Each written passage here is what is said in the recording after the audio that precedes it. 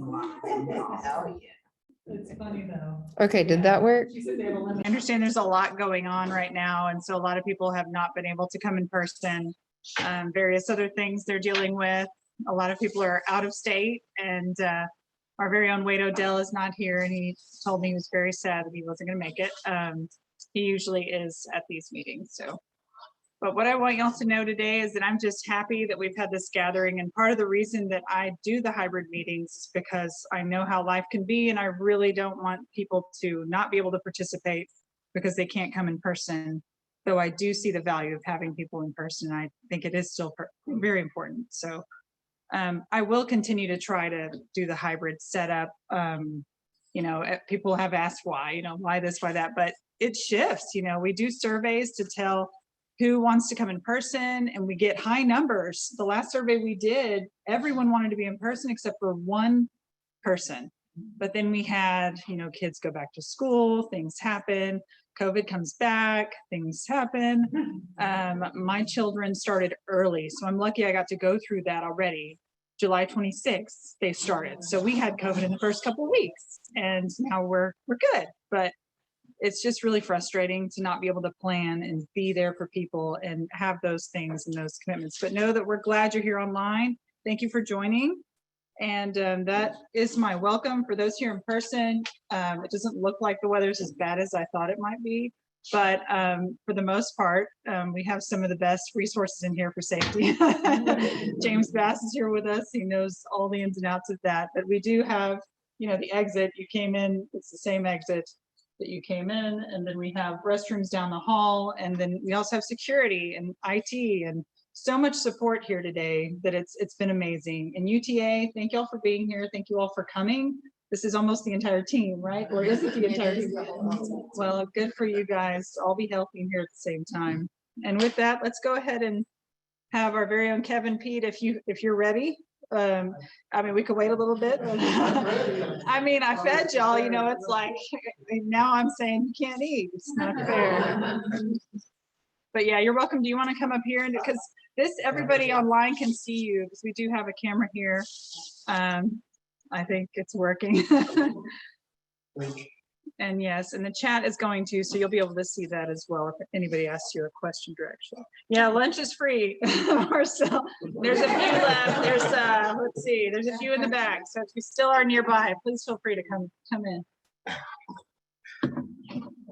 Well, thank everybody for showing up. I'm glad you guys made it safely considering the weather out there. And just to give I guess a brief little safety moment here. Regarding, you know, inclement weather or anything you think it's pretty bad, we'll probably leave out of this building. And there's a stairwell in the basement area that we'll probably congregate into. Fire or anything, we'll leave out of this building. We'll follow Shelley, probably outside of the building here, and we'll do a head count, make sure everybody's present and safe.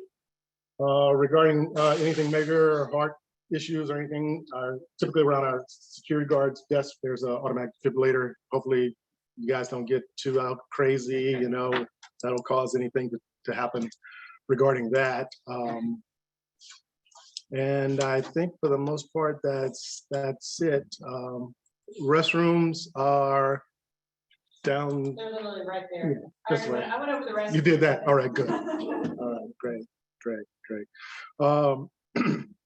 So for you guys who don't know me, I know it's been a while since we've been here. I lead the research and technology implementation division here at TxSTIC. We do a mass amount of research for the state of Texas, primarily surface transportation related research. We're probably, we're one of the two biggest states that fund lots of research, the other being California. Boo, no. They try to keep up, but we're always doing some great work. They do great work, and there's tons out there. Regarding the program right now, we have about 150 projects that are in flight, which is quite a bit of research out there, covering pretty much in all things surface transport related, being materials or roadways, signage, you name it. We're doing that type of work just to make sure, you know, our traveling public is safe or prepared in case there's anything that's occurring out there. In addition to that, for this fiscal year, we have about 50 projects that are closing. And for us, that means that they either have been adopted within the DOT or their plans to adopt it and integrate it into the DOT, into their operations. And at some point, Shelley, I guess we'll probably share that listing with them, at least give you guys an opportunity to look at that. And if there's something that we need to bring back to the council here, then we'll do that and share that with you guys, so you're aware of it, as well as some of the typical topics that we bring as well during these meetings. So that's going great. In addition to that, we did place a call or solicitation for new ideas, maybe about 3 months ago. Yeah, it's been a minute. So hopefully you guys also picked up on that in emails that were shared with you. We're looking for new ideas. The solicitation closes September the 2nd. So if you can get those ideas to us, we'll definitely go through our research committees and vet them out to make sure they're something that's worthwhile doing and of benefit to the state as a whole. So get those in if you can. There's one big thing since the last time we've met. We're always in competition with other states regarding the research that we do. We recently was awarded high value research for one of our research projects that we performed. And let me see, because there's so many I don't remember them all by name. Yeah, and I was going to hit on that too. So that's a great thing, is performing a feasibility study on use of innovative tools and techniques to accelerate pavement construction. And for the most part, what that is, over time, we do tons of various research for specific things, but we look for ways of accelerating the, construction, especially, to reduce the impact to our traveling public, right? So you don't want to go down and, it'd be a month before you can access your favorite road. So we try to do some accelerating in that pace and in that space in order to reduce the amount of time that it takes to get work performed.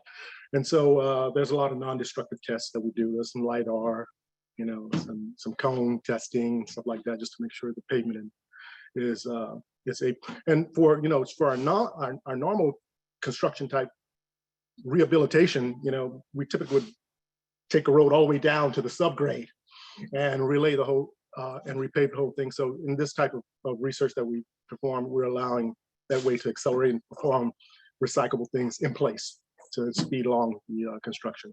And as Shelley mentioned, yes, this was one of the projects that Shelley led as one of the project managers there with us. So, and we're proud of the fact that we were able to be one of the few states to be able to receive this award. So other than that, thank you guys for attending. Kevin, see the last comment down at the bottom on the screen behind you. Oh, behind me. Please pass along that research to Oklahoma. Yes. Sure will. Great, thanks. Down here. That one. Yep. Here. There we go. All right. I'm going to pile on to Kevin's. What he didn't say is that's the 7th time out of 10 years that the research division's submitted projects have been selected for a high value research project, which I really think speaks tons about the quality of the work of the research division and the quality of all the universities that support us on those projects. And I really, honestly, in some cases, I think they didn't award us because they wanted other people to get those awards. But yeah, I mean, it's been great projects over those 10 years, all the submissions, and just very proud of that work effort, and intend for that to continue at that level for time memorial, hopefully. So they asked me to give a few updates on what's happening in TxSTIC and innovation. The fact of the matter is more is happening now than in any time in my past 8 years, and it's great to be at the center of that. And at the same time, it's a lot of work, and a lot of people are working really hard on it. I guess, we'll start. We've increased a focus on innovative projects across, let's call it the portfolio of those. So that includes things like, after a research implementation project is completed, how do we take that project and begin to scale that across the state where appropriate. So we began working with the engineers to do that. We are also working on not only our homegrown innovative ideas program that's been in place for several years now, but we're also I have a team that's looking at every other state's innovation program and not only their EDC projects, but any innovative ideas. And the National TxSTIC kind of asked for this last couple of times from the states. And so we're doing our own investigative work, looking at those and then collecting all of those ideas up and beginning to vet which ones we think would be immediately available or needed in Texas, and working with the engineers on scaling those as well. And then we've also been charged along with support from Texas A&M Transportation Institute, to go out to each district, and they've already completed this, and I pretty much have talked to every division in the department about large innovative ideas that they have, and especially out in the districts, what are their large innovation projects that they've completed, that they're doing, and what would they like to do next. And we've collected that, or they've collected that in a database, and we're now beginning to work through how do we help them initiate 2 of the ones that they want to do at each district, and then which one of those are ones that should be considered as a statewide activity. And all of that's kind of happening simultaneously, and we're trying to keep our grip on all of it, but it's a challenge, but with a lot of great people working through those. You're going to hear about the National Electric Vehicle Infrastructure Program, NEVI program, from Michael today. And if there's anything, there are people interested in that. And we probably talk to 3 or 4 separate entities every week, plus take a lot of emails and calls. And so there's a lot of interest in that area, and I'll let him go over where we're at. Data, we have a lot of data initiatives. That's kind of the hidden activity that we're working on. So across the department, we're about to re-award our statewide data contract that it not only takes or enables TxDOT to use a lot of traffic related data, but we share that with all of our transportation partners in the state, and hopefully that announcement of award will be within the next month. And related to that, we have another activity, a study that's looking at additional data. What else is out there that we didn't even dream of in this procurement I just mentioned, that we need to consider for the future? What other sources of data would augment what we're traditionally doing? And that's known as a speedy contract. And that will inform us as we continue the out years, and with the idea that we'll be able to continue to draw a lot of data, make that available not only to the department for planning and design and real-time traffic operations, but work with all of our transportation elements in the state to take advantage of that. Long-range transportation plan 2050 is beginning to, its path towards development. So a lot of talk about what the future is going to look like. We have a Senate Bill 1308 report that's in development where the state asked TxDOT to look at connecting autonomous technologies as it relates to border land port entry and exit, and how that can help facilitate that and what that might look like over the next 30 years. As well as safety impacts and workforce impacts of those technologies. So that report should be submitted by December. Urban air mobility or advanced air mobility, the state directed TxDOT to have an advisory committee for that. That report is completed, and it's about predominantly what are there any legislative actions that need to be taken, or are there any impediments in our existing laws that are precluding the development of that industry in the state. And that report will be submitted to the legislature by the end of this month. The committee has completed that work, but the committee will continue till December in case the legislature has questions and they want them to come in and respond to hearings and such. And then I guess the last one on my list is SMART grants are coming. We know that. That's in addition to what was known as the ATC MTD grant. I know it's got another acronym now that's just as difficult. And I know Al's going to talk more about the infrastructure bill, so I won't take for that. But in addition to our regular funded programs and activities, and some of all of these are a component of that. We'll be looking at those grants as they come out as well. So there's a quick down and dirty, and I'll hand it over to Al. I'll give you up. There you go.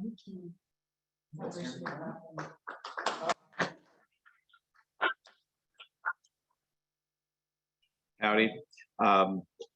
Yeah, you mentioned the Infrastructure Investment and Jobs Act, IJA. We call it bill, the bipartisan infrastructure law.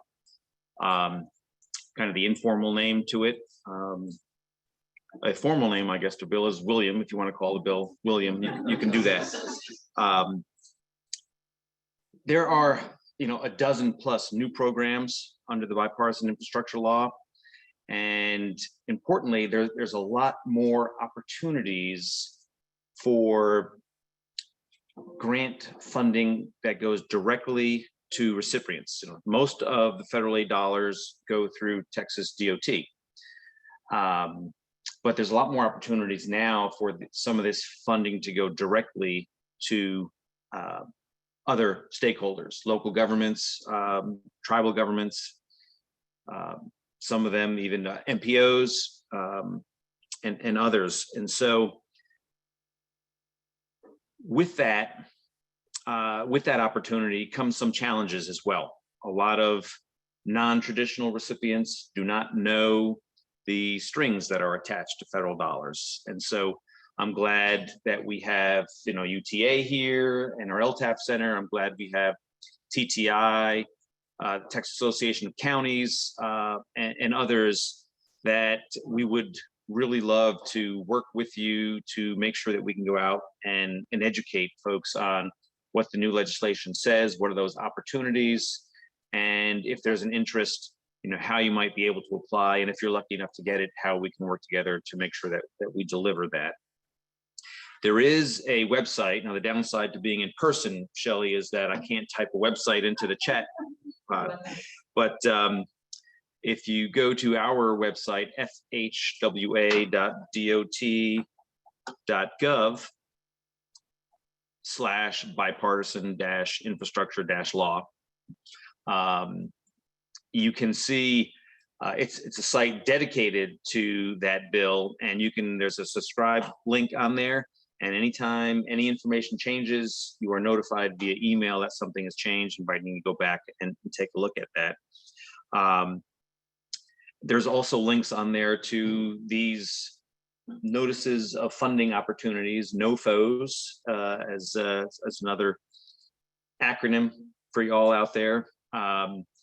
As they become available, you can see links through that site. Of note right now is Safe Streets for All funding opportunity. And in fact, that funding goes to almost anybody except state DOT. So there's a focus at that local level. And if you go to grants.gov and just simply type in Safe Streets for All, you'll see a link to that. Those applications are due September 15th. There's two types of grants that are available for that. Planning grants, where you would actually develop a comprehensive safety action plan. And then there's implementation funding if you happen to have a plan that meets the criteria that's in that notice. Then implementation grants are to simply carry out the action plan that you've already created. It's almost $6 billion over the life of the bill. So a not insignificant pot of money. And frankly, on a nationwide basis, we are expecting a lot of interest in that. So make sure, help me spread the word. And, Kirk and I are members of my team here in Austin, happy to go out and talk to your group or any group on the bipartisan infrastructure law. So Ashton, I guess I had a question for you, Kevin. You mentioned a September 2nd deadline on your call for innovation. I happen to notice that coincides with an AASHTO call for innovation, and I don't know if there's any intention, or it's a totally separate. Okay. Well, so AASHTO has this call for innovation as well. It's called the AASHTO Innovation Initiative, open through September 2nd. There's some criteria that needs to be met to go through there. If you Google that, you'll easily come upon that. But you have to be an AASHTO member to be able to, or partner with an AASHTO member to be able to apply. So obviously TxSTIC being an AASHTO member, there's an opportunity to showcase what is being done in your local area, maybe to the rest of the country. The last thing I want to mention are STIC incentive grants. So for those that don't know about this or don't remember the STIC incentive grants, it's about $100,000 grant per fiscal year to foster a culture of innovation and advance innovation into standard practice. There are 2 nominations from Texas in this go round. One was submitted by Texas LTAP, right? That fantastic thing I think we're all aware of, that workforce development life cycle for road and bridge agencies. The second was submitted by North Central Texas Council of Governments on the use of crowdsourced data to improve emergency response. I'm hopeful that we're as successful as we have been in the past, and look forward to working with everyone to just continue to talk about innovation and the culture of innovation in Texas. That's all I have. Thank you for your time. So, yes.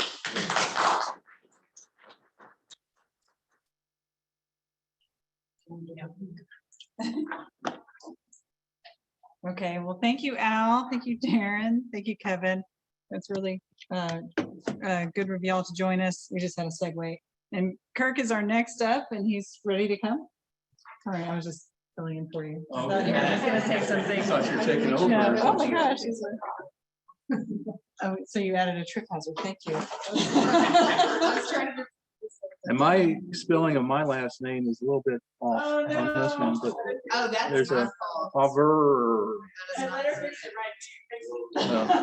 That's okay. That's okay. I think it's funny. They can't pronounce it anyway, so I might as well spell it a little bit different. I just want to report a few things on the EDC 7 front. EDC 7 innovations and top tier innovations are coming out soon. There's several of them. A couple of them are going to be redundant from EDC 6, but we can't really talk about those specific innovations at this time. But I talked to Jeff Zaharowitz this morning, and he says they're putting together next steps to put out a rollout for our virtual summit for a wider audience to make sure everyone knows what the 6 or 7 innovations are going to be for next year. And hopefully no dates have been finalized yet, but hopefully these dates will come out soon. And hopefully it'll be before the end of the year that we'll hear back from the Center for Accelerating Innovation on those innovations. Another thing I wanted to mention about was the Southwest Regional Peer Exchange, December 1st and 2nd. There's been an invitation to us to attend, and they're going to be talking about crowdsourcing for operations. And all the Southwestern states are going to be participating. It's going to be in Phoenix, Arizona, and we're sending 2 people, myself and who was the other guy, traffic operations. Well, Jimmy Ma assigned him. I have not met him. Kai.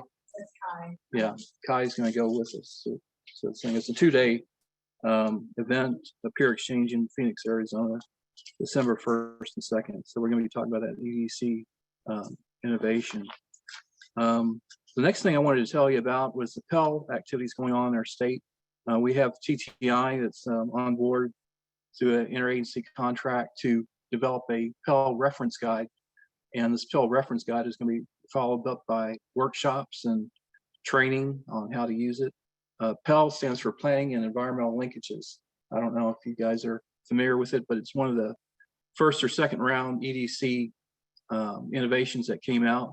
And it's a way to take planning products basically and use them for NEPA activities. The results of the planning process can be used to quickly integrate into the project development process, and that saves time and money for large projects, major projects, and we're hoping that we can use that process in other parts of the state. Houston's got 4 or 5 Pell studies going on right now, and we have 1 or 2 in El Paso.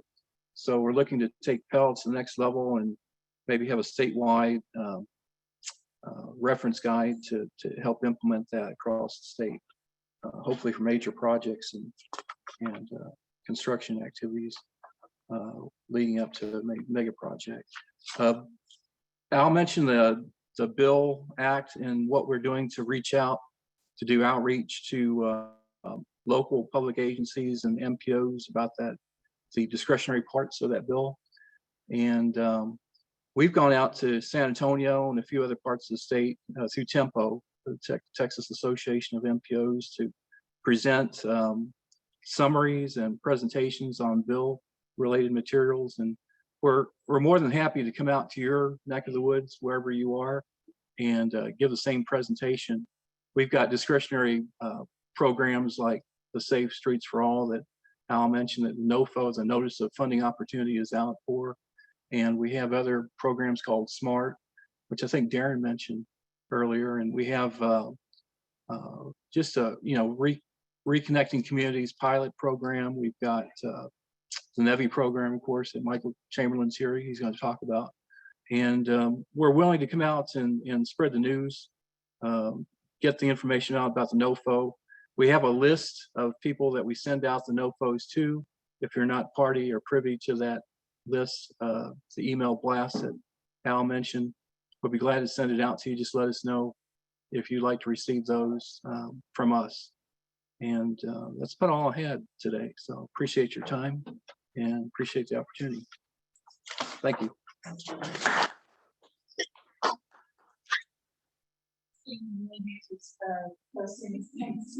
All you guys are talking about. Thank you, Millie.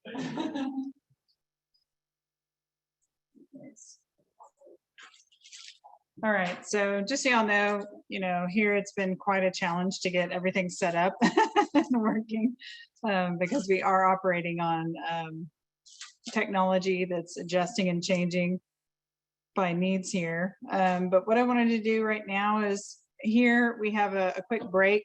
So for you guys at home, you can, or wherever you are working, you can go ahead and take a break as well, and we can come back at about 1:10. And we're going to hear from Tom Bamonte with TxSTIC. He's actually remote today and will be joining us. So that'll be another fun thing to do. You guys just go ahead and enjoy your break and come right back.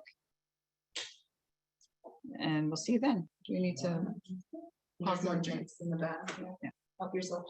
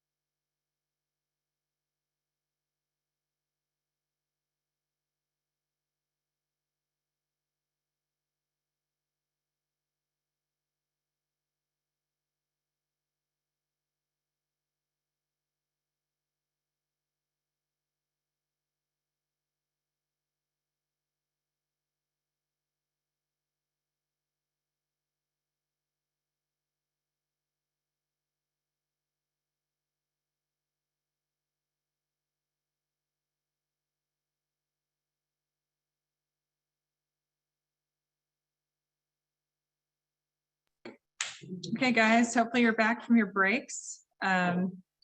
Is the camera working too? Okay, just making sure. All right, so I just want to introduce, I mean, we all know Tom Bamonte, but I want to let you know that he's not only presenting for us today, but he's also doing it remotely. So we really appreciate him taking the time to talk to us about this. And this is related to the Next Gen TIM project, but not really. So you're going to see that, and you're going to think, oh, this sounds familiar, but there's a lot more. And Tom's going to explain to you why this is different and why this is needed and one of the first of its kind. Tom, are you with us? I'm can you hear me? Yes, I can. I'm very excited to hear your voice. Yeah, I'm joining you from Chicago. I was going to supply some pictures of Lake Michigan, but it sounds like most of Texas looks like Lake Michigan these days. I do believe you're right. There's water everywhere. Great. So I want to talk about a collaboration that COG, we're the MPO for Dallas-Fort Worth, has with our sister agency that runs the 911 system in the region and TxSTIC on extending existing technology in a very cost-effective way to improve roadway operations and safety. Next slide, please.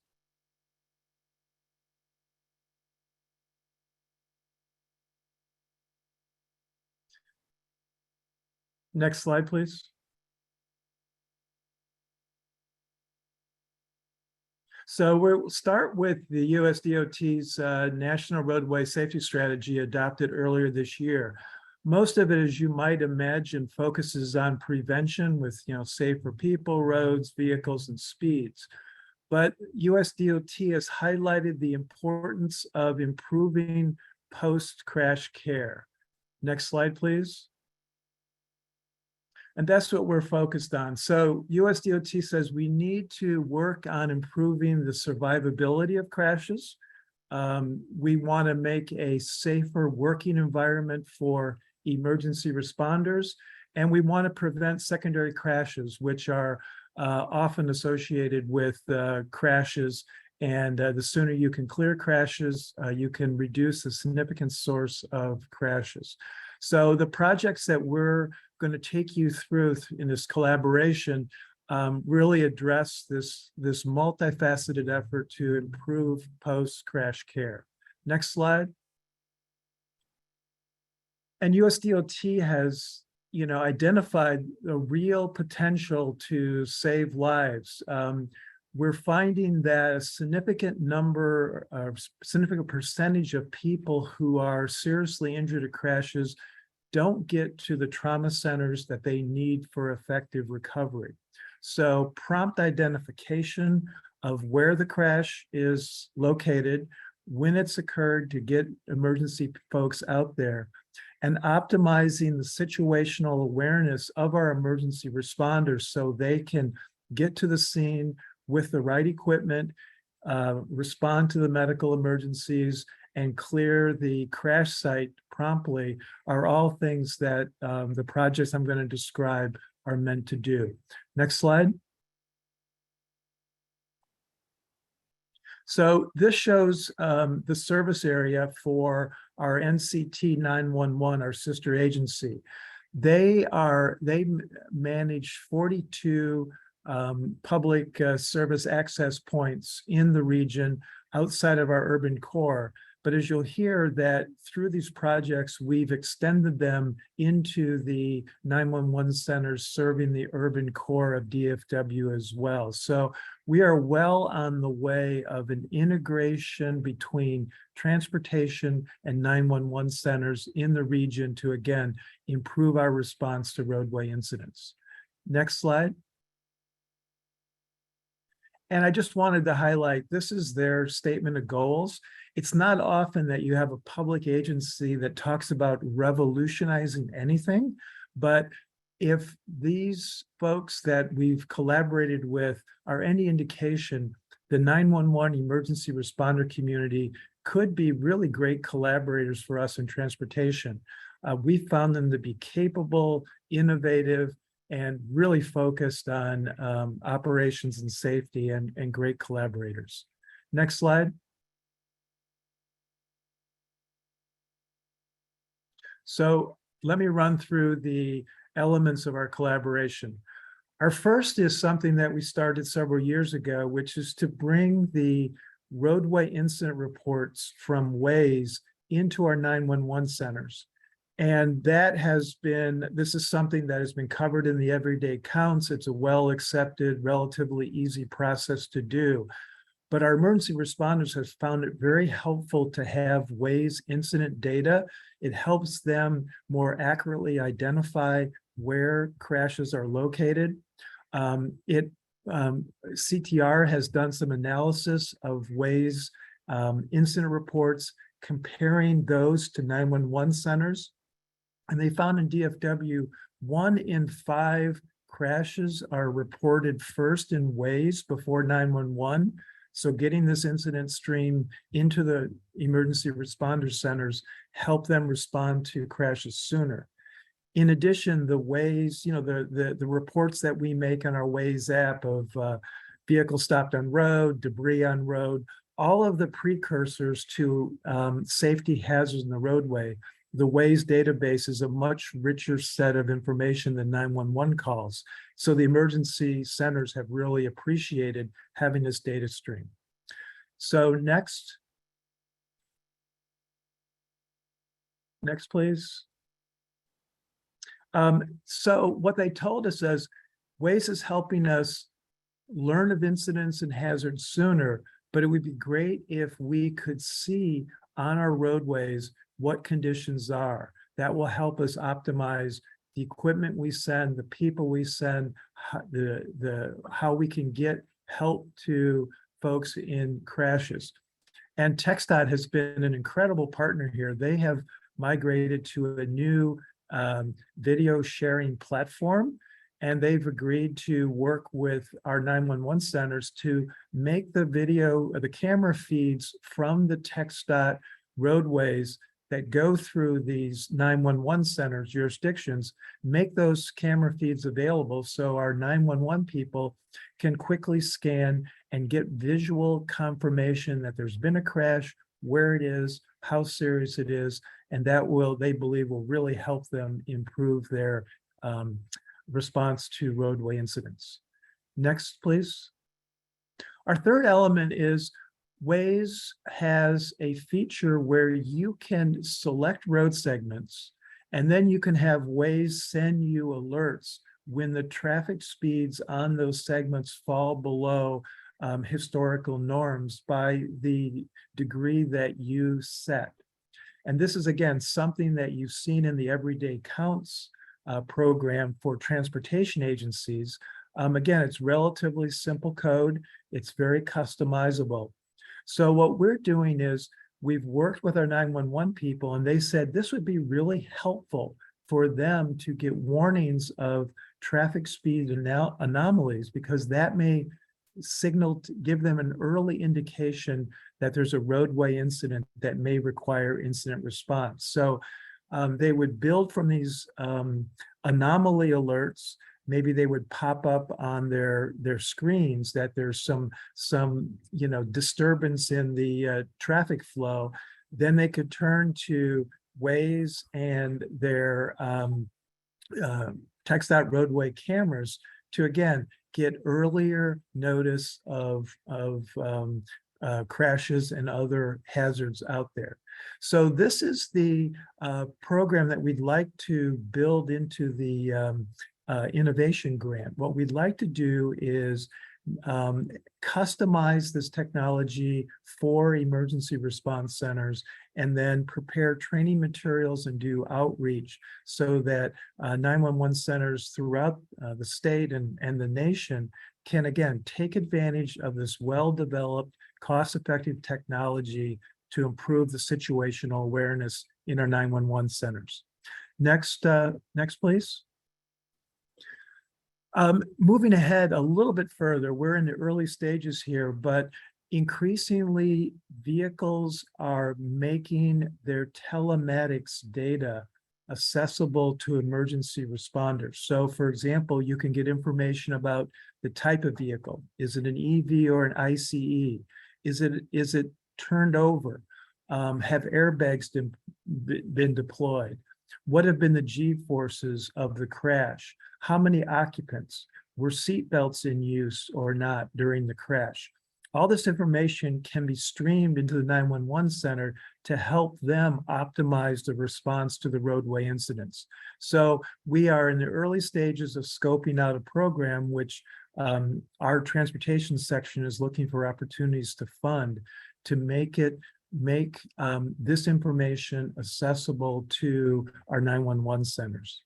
And similar to that, we're doing the same with victim medical information. You can set up your health app so that and allow it to stream your medical information to 911 centers. So we're going to do a program to do outreach and technology support to get that information. So we have information about both the vehicle and the crash victims into the hands of our 911 centers.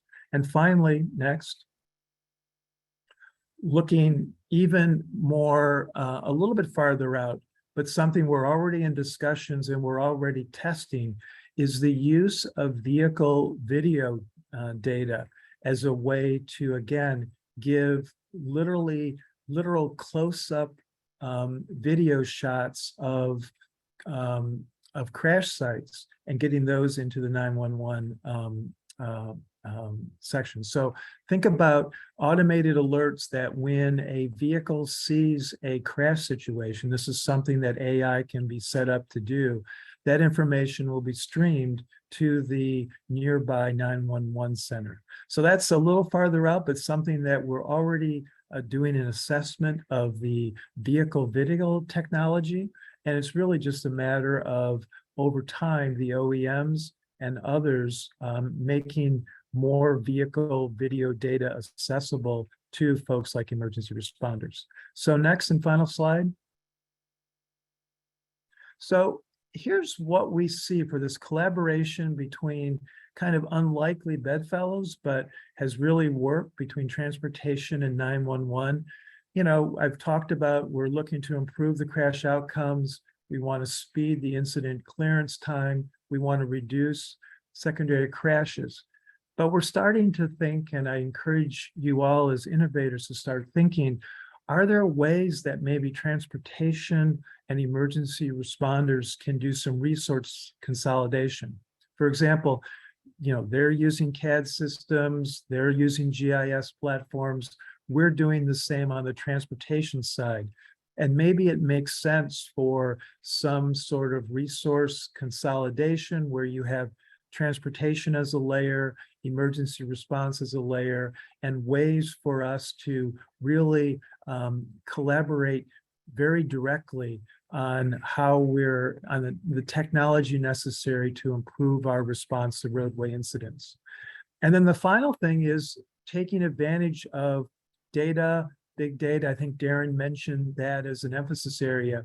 Can our 911 centers, just like transportation centers, start looking for ways to think about crash prediction and even prevention using big data tools? So when you see things like weather conditions, well, where in the past have we seen crashes related to floods at these locations? And using these predictive analytics to, again, help our 911 centers anticipate where problems are most likely to occur, and then using these other collaboration tools that I've described above to, again, improve the response to roadway incidents. So that's a tour of our collaboration. Want to thank everyone for their support of this. And if we are fortunate to get an innovation grant, I can assure you our 911 folks are very interested and excited about taking their learnings and what they're doing and sharing it throughout the state and the country. So with that, Shelley, I'd be happy to turn it back over to you.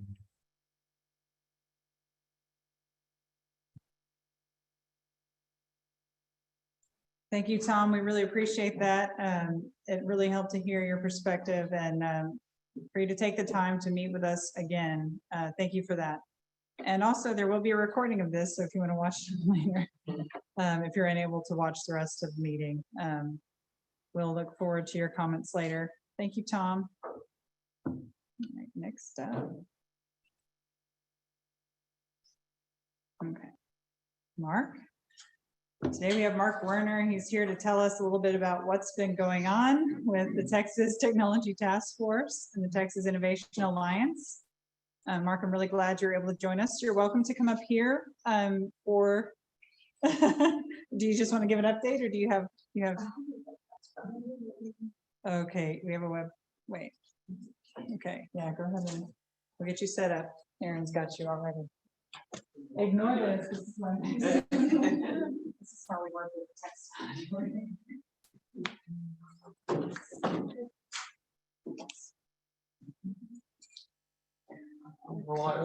So once you get it pulled up there, I will share it over here. Okay.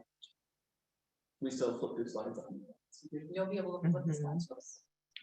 Well, while we're getting this going, I guess I'll give a brief introduction of myself, Mark Werner, and Andrea Gold. Do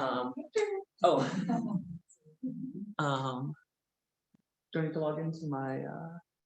I don't know. You should just be able to. Oh, that's true. You have a lot of it. No, you don't need to do all that. Don't worry about all that. Yeah. Just is that the website you want? It's just the web browser. Do you have his slides though? You said you were gonna do it on. No, the he's got website. slides. He's the one with slides. Mark, did you the slides that were put on the text template? I had them mixed up, so there we go. That's okay. We'll fix it. So myself, Mark Werner, and Andrea Gold, we are with the Center for Transportation Research at UT Austin, and I'm just gonna, well, both of us are just gonna do a brief highlight of some of the major projects we have ongoing, both the Texas Technology Task Force and also the Texas Innovation Alliance. So in just a second, I'll hand it off to Andrea, who'll talk about.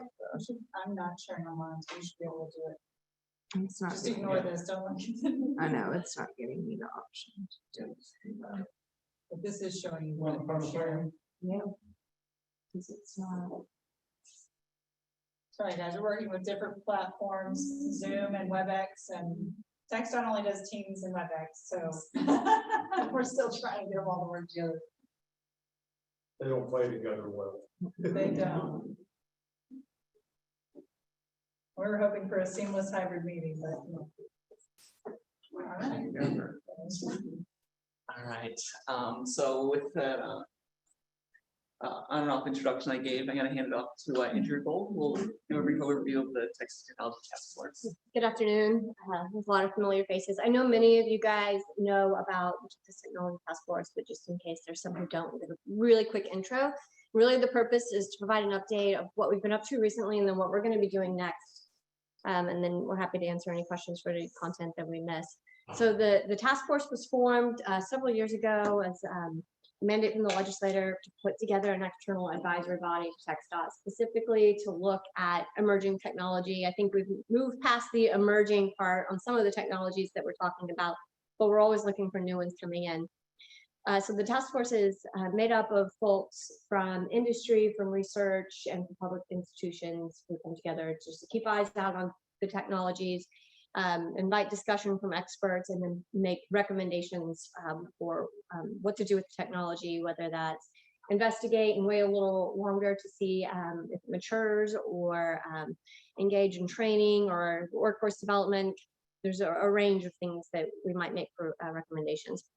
The way that we usually talk about the task force is in the terms of people, portfolio, and plan. So on the people side, that's the task force members made up from the industries I just talked about, and then it's the TxSTIC staff who support us and others internally who either come to share what TxSTIC's up to or come to learn about some of the topics that we're discussing.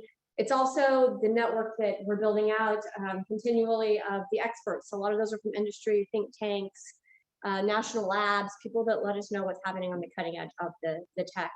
And sometimes we invite in other public agencies for a case study. So we've learned recently about some of the activities at the Utah DOT, or we learned from some cities who have piloted some of the technologies. And then the participants themselves, it really comes from all over. I know that many of y'all have been a participant with the task force. It's really open to anybody who's engaged in this space. So we've got the public and agencies who might consider deploying the tech. We've got industry who likes to come in and listen and hear what some of the public agencies are up to, and a whole host of others. The portfolio, so that's the list. I'll show you in just a second. I'll go ahead and skip now. So this is the portfolio, which I'll come back to. This is the list of technologies that we're trying to track, and we do this in a number. I went back. Oh, yeah, I wanted to go back. Yeah. So the portfolio is the long list of technologies that we track. And for the technologies, one of the things that we do, it's about every other year with small updates kind of in between years, is assess the technologies in terms of how well they align with goals. Those are different transportation goals, federal transportation goals, TxSTIC goals, and some others that are thrown in. We assess the barriers. Some of those are funding, this can be public perception, technology, maturity, and then we have a scale for maturity to show kind of where technologies fall along the trajectory. And we like to map out the use cases. So we talk a lot about, for example, autonomous vehicles, but really there's a lot of variability across the application. So if we look at passenger, if we look at freight, it's very different. So that's the portfolio. And then the last thing is the plan. These are really our written documents that we develop. So we do a series of white papers every year. We just finished 4, and we're going to start looking for topics for the next ones. Some of the communications materials, those are different educational materials, website, and then the tech utilization plan. That's our big annual strategic document. That's really a compilation of all the activities. Those are the recommendations that we talk about in the meetings. Those are some of the case studies that we think are novel and kind of leading edge. And that's the assessment of the technologies. So back to the portfolio. Okay, there's usually a little graphic. I'm not sure where it disappeared to in the middle, but we've got the technologies. I think there's maybe 20 something or so that are in big buckets. So just the big buckets to go through real quick are the next generation vehicles and energy, infrastructure and construction, materials and additive manufacturing.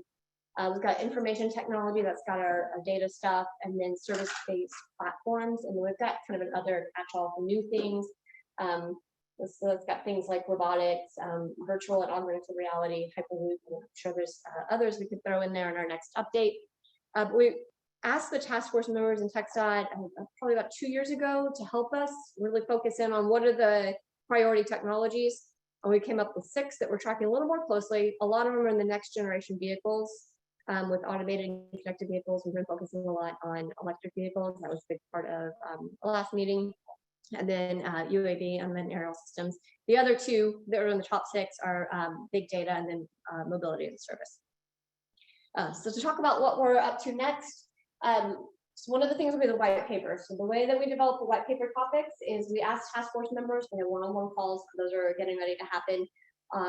Ask them what are the topics, either technology or a related topic that we need to dig deeper on. So we just did one on demographics, and how demographics will affect the different demand and acceptance of various technologies that were named.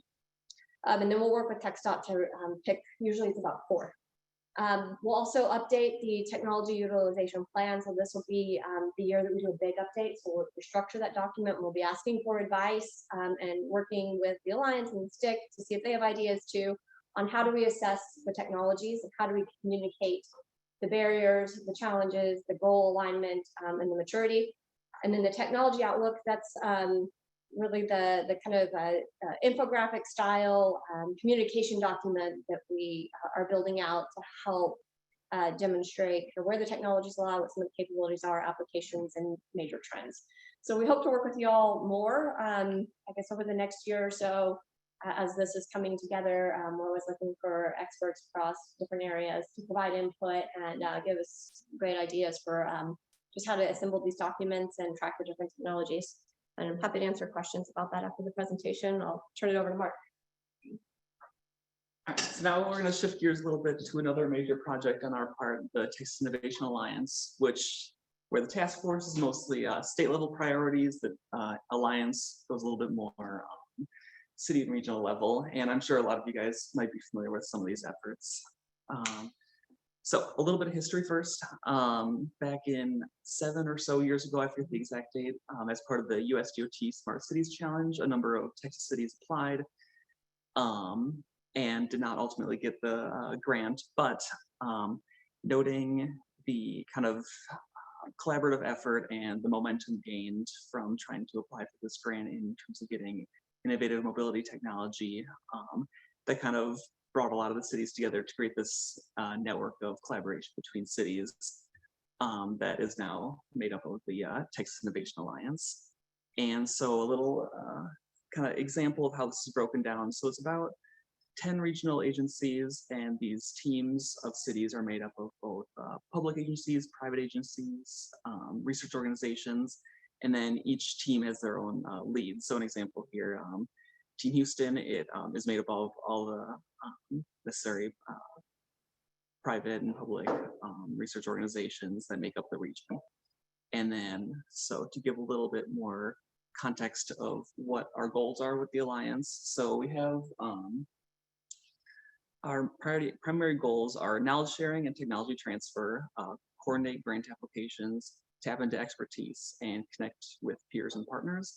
And a few of the ways that we do this are some projects that we have ongoing are every other week we host team lead calls where we dive a little bit deeper into discussions that are maybe a team is focusing on, and I'll go a little bit deeper into that topic on the next slide. But we just get a panel or a conversation going where we dive kind of into an emerging mobility topic or one that a team is investing in, essentially. Similarly, we have a yearly Texas Mobility Summit where it's fluctuated throughout its inception, but we are planning to hold one in this upcoming spring. And typically the way it is, it's a multi-day summit where the first day we have what we call the demo day, where there's people can try out these new technologies. Back a few years ago when scooters were new, people were trying out those. We've had automated trucking companies come in to get in the cabin of one of those vehicles and more of that sort. And yeah, all right, so moving forward a little bit, describing these team lead calls that we do. This year, we've kind of covered an array of topics a little bit, but a lot on electrification, because that's definitely, we're hitting critical mass with us being a lot more common ground, electric vehicles, electrification of bikes, etc. So we've had team lead calls on fleet electrification, bus route redesign, EVs and charging infrastructure, on micromobility, and also digital twin technology. And so one thing that we were really excited about here, as we're in this kind of period coming out of the pandemic and kind of evolving continually what the Alliance is, how previously we've had our Texas Mobility Summit every year. We're shifting that from the fall into the spring. So we still want to do an activity in the fall. And we also hosted this past spring kind of in our transitory state. So in conversation with the different team leads and teams on a wider scale, what would be interesting to them and useful. There was a lot of confusion and questions on all the federal grants coming out. So specifically, as we talk about the bill or the IIJA, there's a number of funding opportunities for the Reconnecting Communities pilot and also the Safe Streets and Roads for All, the SS4A. And there's a lot of confusion on that front. So earlier, I believe in June, we brought a number of the teams together in Arlington and just kind of hear from subject matter experts from public agencies, private, all across the board about what's useful in putting these grant applications together and what makes the most effective applications. So we're planning another grant workshop in the fall, and that'll focus more on electrification grant applications. But some takeaways that we provide for the teams at these workshops were the importance of building a regional team and just kind of re-emphasizing the importance on a regional scale and building the story arc, the importance for obtaining this grant funding, and map challenges to opportunities, finding specific priorities that you want out of this grant funding, review the grant checklist. That's when we put together, and we can provide some materials after if you have any questions after the presentation or after the meeting today. developing a short list of projects, and lastly, crafting a compelling narrative. So we kind of walked through what these steps look like at this workshop. And in terms of the next steps for the Alliance, we're going to continue our frequency of team lead calls. We had a kind of interesting presentation last Wednesday on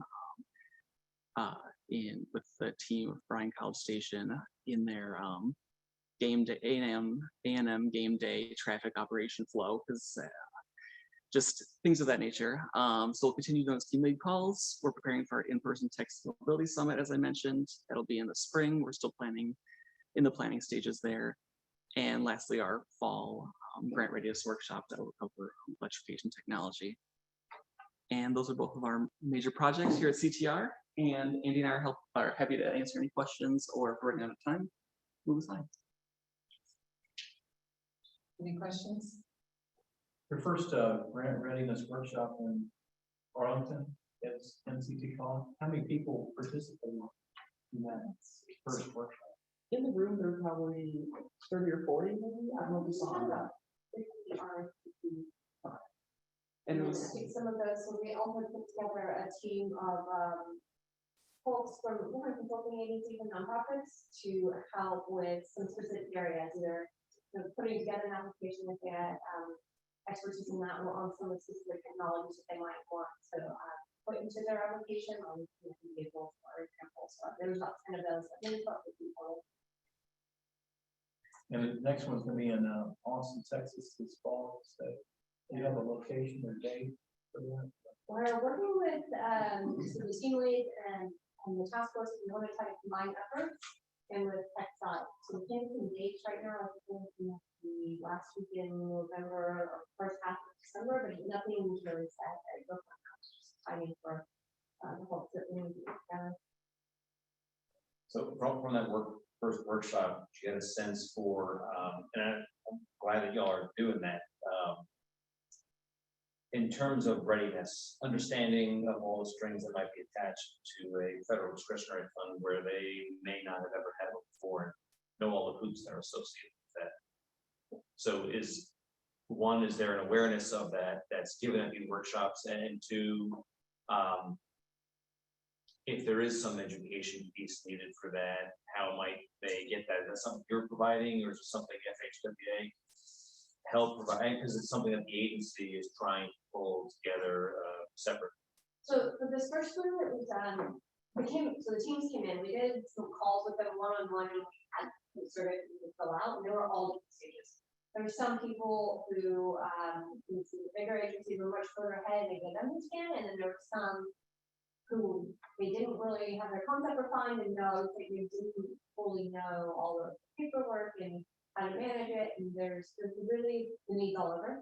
I'd say the number of people that are following as they hear about this and are interested is growing. So I do think there's probably some better some of that spelled out for them.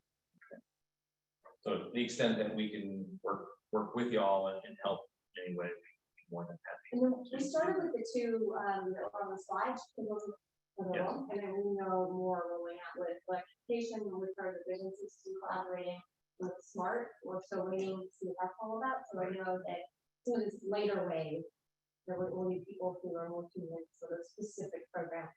Right. Okay. I see it as an ongoing need, as you know, 254 counties, 1,200, 1,500 cities. Very few would have that expertise available to them. So, okay, great. Thank you. Doesn't the LTAP program have a local government projects programs course? Yeah, of course. Yeah, that course, doesn't that help people who are applying for grants understand the federal aid process? It does to a certain extent. I have to look at the curriculum on those, so I'm not sure it would cover the updated information. I'm suggesting it would help them understand going from NEPA to project, going to project development to implementation, construction. It tells you all the different steps that you need to go through for Yes. the federal aid program. So could that be something that could be advertised or But just as a integrated. hard class to get into, so just as far in advance as you can let us know. Yeah, if you could share the information about that class with Andrea, I think it would be helpful. And, Federal Highways would be interested in this thing and anyone else. Would be. Yeah, as soon as we work out the data internally and see feedback on what the objectives are, what they want to get out of it, we'll start reaching out. So we plan to bring in, like we did last time, get some folks. We're also open to recommendations for people who may not necessarily be with Federal Highway, or just sharp people who can come in and help either with the story building or some of that technology. So we'll work with all of that. We gotta add on to what they told, the thought was, could we do these 2 meetings and a stick meeting kind of all in the same couple of day time frame? There are some overlapping participants, but also so that you can hit all these before the holidays. So that's what we're looking to pull that off. We can do anything, Darren. Well, and I think Do everything. that outlook stick meeting was around the same week. I think we work all of this out. We've been doing half days Still have. historically, but I don't, Were there any external questions? I don't see any, there was one at the bottom, I guess. I'm getting more direct messages than. Anybody see anything in the chat? Okay. They just want the PowerPoint. And we will share that. Don't worry, we'll share that at the end. Thank you so much. Setting this up for me. He's our next presenter. Mike, you wanna come on up here and see if this setup will work for you? So we've got you on camera here. Sorry to be difficult. No, yeah. I think we can make it work. I just have to figure out what I'm doing here. So for you, I think getting this done right becomes natural. So let's see, let's go to, here it is. So here's Zoom. I need to stop the sharing over here. I think you're good now. Yeah, the way you have. But I need to share this to this. Yeah. So we're stopping this sharing. Or we can leave it. We can leave it and. Yeah. Oh, no, I haven't changed anything. I literally just got up and walked over here for some reason. I think because I want a full screen. Let's see. Yeah, there it is. Okay, it went full screen. I was like, I can't see it now. Okay, so we're gonna share. You cannot start share while the other participant is sharing. Yeah, so that's why I was going to start. I can't see it. Okay, let's try. Oh,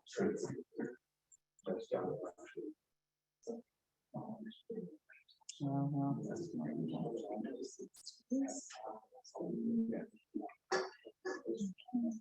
Oh, is it working? Go back here. Go small.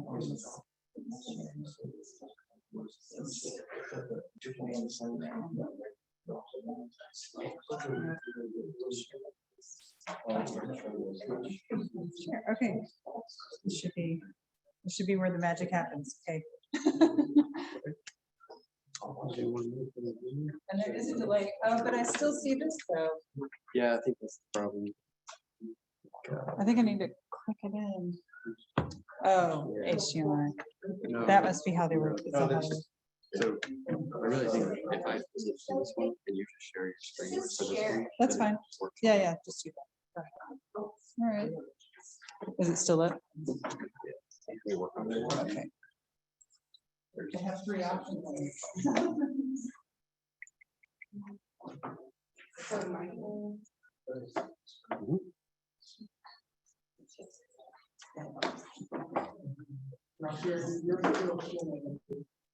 It's okay. Yeah. So Well, are but we good? it's- Okay. That's just one more.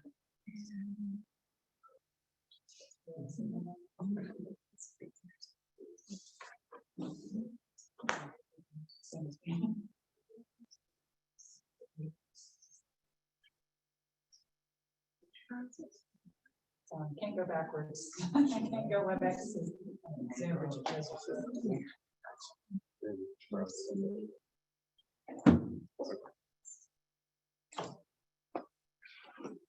Okay, so I assume this is going to go terribly wrong.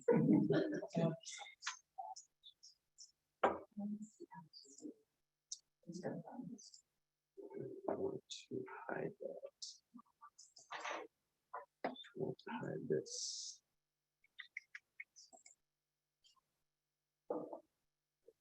I'm seeing your screen on there. That takes a second.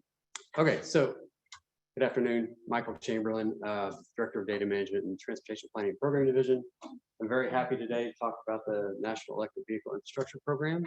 I think we said we have about 3 hours for this because that's how much content I have. But the first part of any program is how do you get to it? So how many people have even heard of the National Electric Vehicle Infrastructure Program? Raise your hand. Good audience, right? You should have. But how do you get to it? So if you go to Google and use Texas EV plan, it's the first thing on the list. Okay, we made a landing page so we can consolidate all the information. We put everything there. Everything that we use to create the plan is on this page. So there's nothing that we're hiding. There's no secret laboratory. People would ask, like, where are you doing the work? It's like, it's online. It's right there. And we're not keeping anything from you. We go through and we talk about, the requirements that were put forth by Federal Highways. We thought the requirements were very good. They put out a draft plan about, what should follow for the outline, and we followed it to the letter. So we appreciated that. That was our template. But we'll get to that at the very end. But basically, all the resources that are available are listed here under our resources page. And so we're going to look at the first one, which is our EV dashboard. And the EV dashboard is exactly what it says it is. Like, first we had to get a handle on how many electric charging stations Texas have anyway. And this shows you that there's 2,500 already in the state. So, and it also tells you, who owns those stations. These are the people that Darren said that we talked to. Had about 300 different meetings with these folks. It's actually true. And then we also, what's the charge rate of the stations that are in Texas? What are the charging connector types that are in the state? There are requirements in the plan that has to be a CCS connector. Well, how many do we even have, right? And so this is our scorecard. This tells us how many there were. It tells us when it's actually moving, when it's changing. We're seeing if we're having an impact. Now I need to minimize that, and that's going to be a bit difficult. How do you minimize this?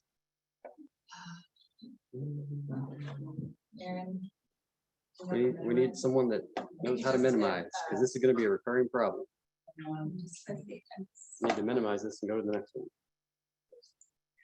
Oh, there we go. It's auto hide. There we go. All right, there it is.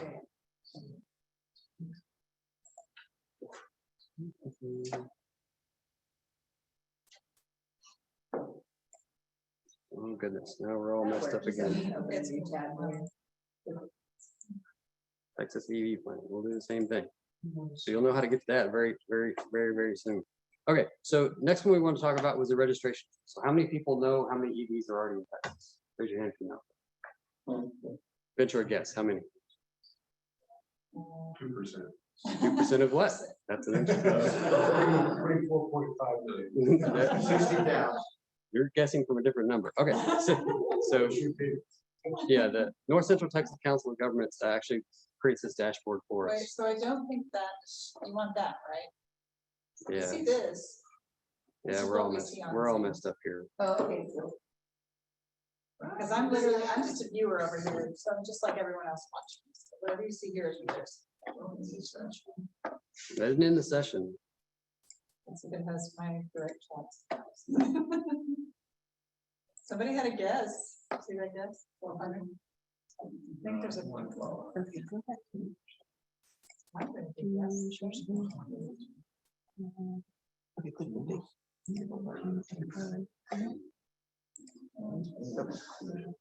So what's going to happen is every time I do this, it's going to kill that one. All right. But you can stay in this full browser. Yeah, that's not going to work for us. Oh, it won't. No. You can split screen. All right, so let's try this again. You gotta find the back button. There were 60,000 EVs at the end of last fiscal year. Okay, so Texas Department of Motor Vehicles creates a report at the end of the fiscal year. At the end of this fiscal year, there'll be about 150,000. So it's 150% increase. So it's about anywhere from 1,000 to 2,000 EVs per week are being registered in Texas.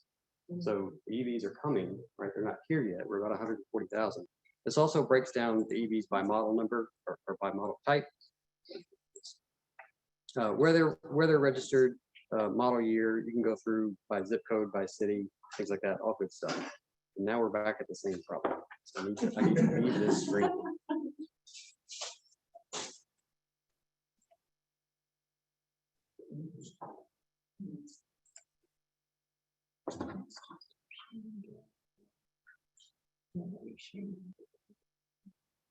Yeah, if we just share the entire desktop, no Yeah, problem. that's There won't be a problem. Here we go. Here we go. Just a lot of sharing going on. So we don't need that one. There we go.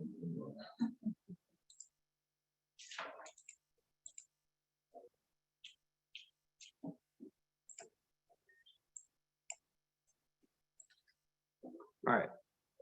So the next thing we did, we looked basically to create this. We needed a map. We needed a shared workspace, and the shared workspace was the statewide planning map. So the statewide planning map, that was weird, but we're still seeing it here. So the statewide planning map is our base map for the department. So it's basically when you want to see, you know, what's a TxSTIC district, what's a county, what's this highway. That's what we have here. So what we did early on was we added the electric charging stations that came from the alternative fuels data center. That was first and foremost. And that was a big win. I'm going to change my favorite base map. And we'll zoom in a little bit. But we went through and we put these study areas. So the dots that you see in blue are study areas that went through and said, okay, what will it take to meet the requirements of federal highways about a charging station every 50 miles along the alternative fuel corridor, no more than 1 mile from the interstate, 4 connectors at 150 kilowatt per location. Right, and that's what it looks like. We went through, we found all those on the alternative fuel corridors. We also have the existing stations for background. Then we took it a step further, and this is where we kind of differentiate from what Texas did to what other folks did. We pushed that out to the rural areas as well. And our plan, we didn't just look at years 1 or 2, we went all the way through year 5. And I'll show you what that looks like in a minute. Well, something we've done recently, we also added the disadvantaged census tracts, which is something that's very important, and it shows up in lots of different portions of this bill. So you can actually see the disadvantaged census tracts in relation to our study areas, in relation to the stations that are already on the ground. You can, real quick, when you start zooming in, you can see where the existing infrastructure is and where the disadvantaged census tracts are, plain as day. No special information, same information we're using to make the plan, okay? So that's very important. So the planning map's out there. This information is also available to our planning partners, people that will be bidding on the projects when they actually want to create the stations. The MPOs, when we work with them, all that information is going to be there. Okay.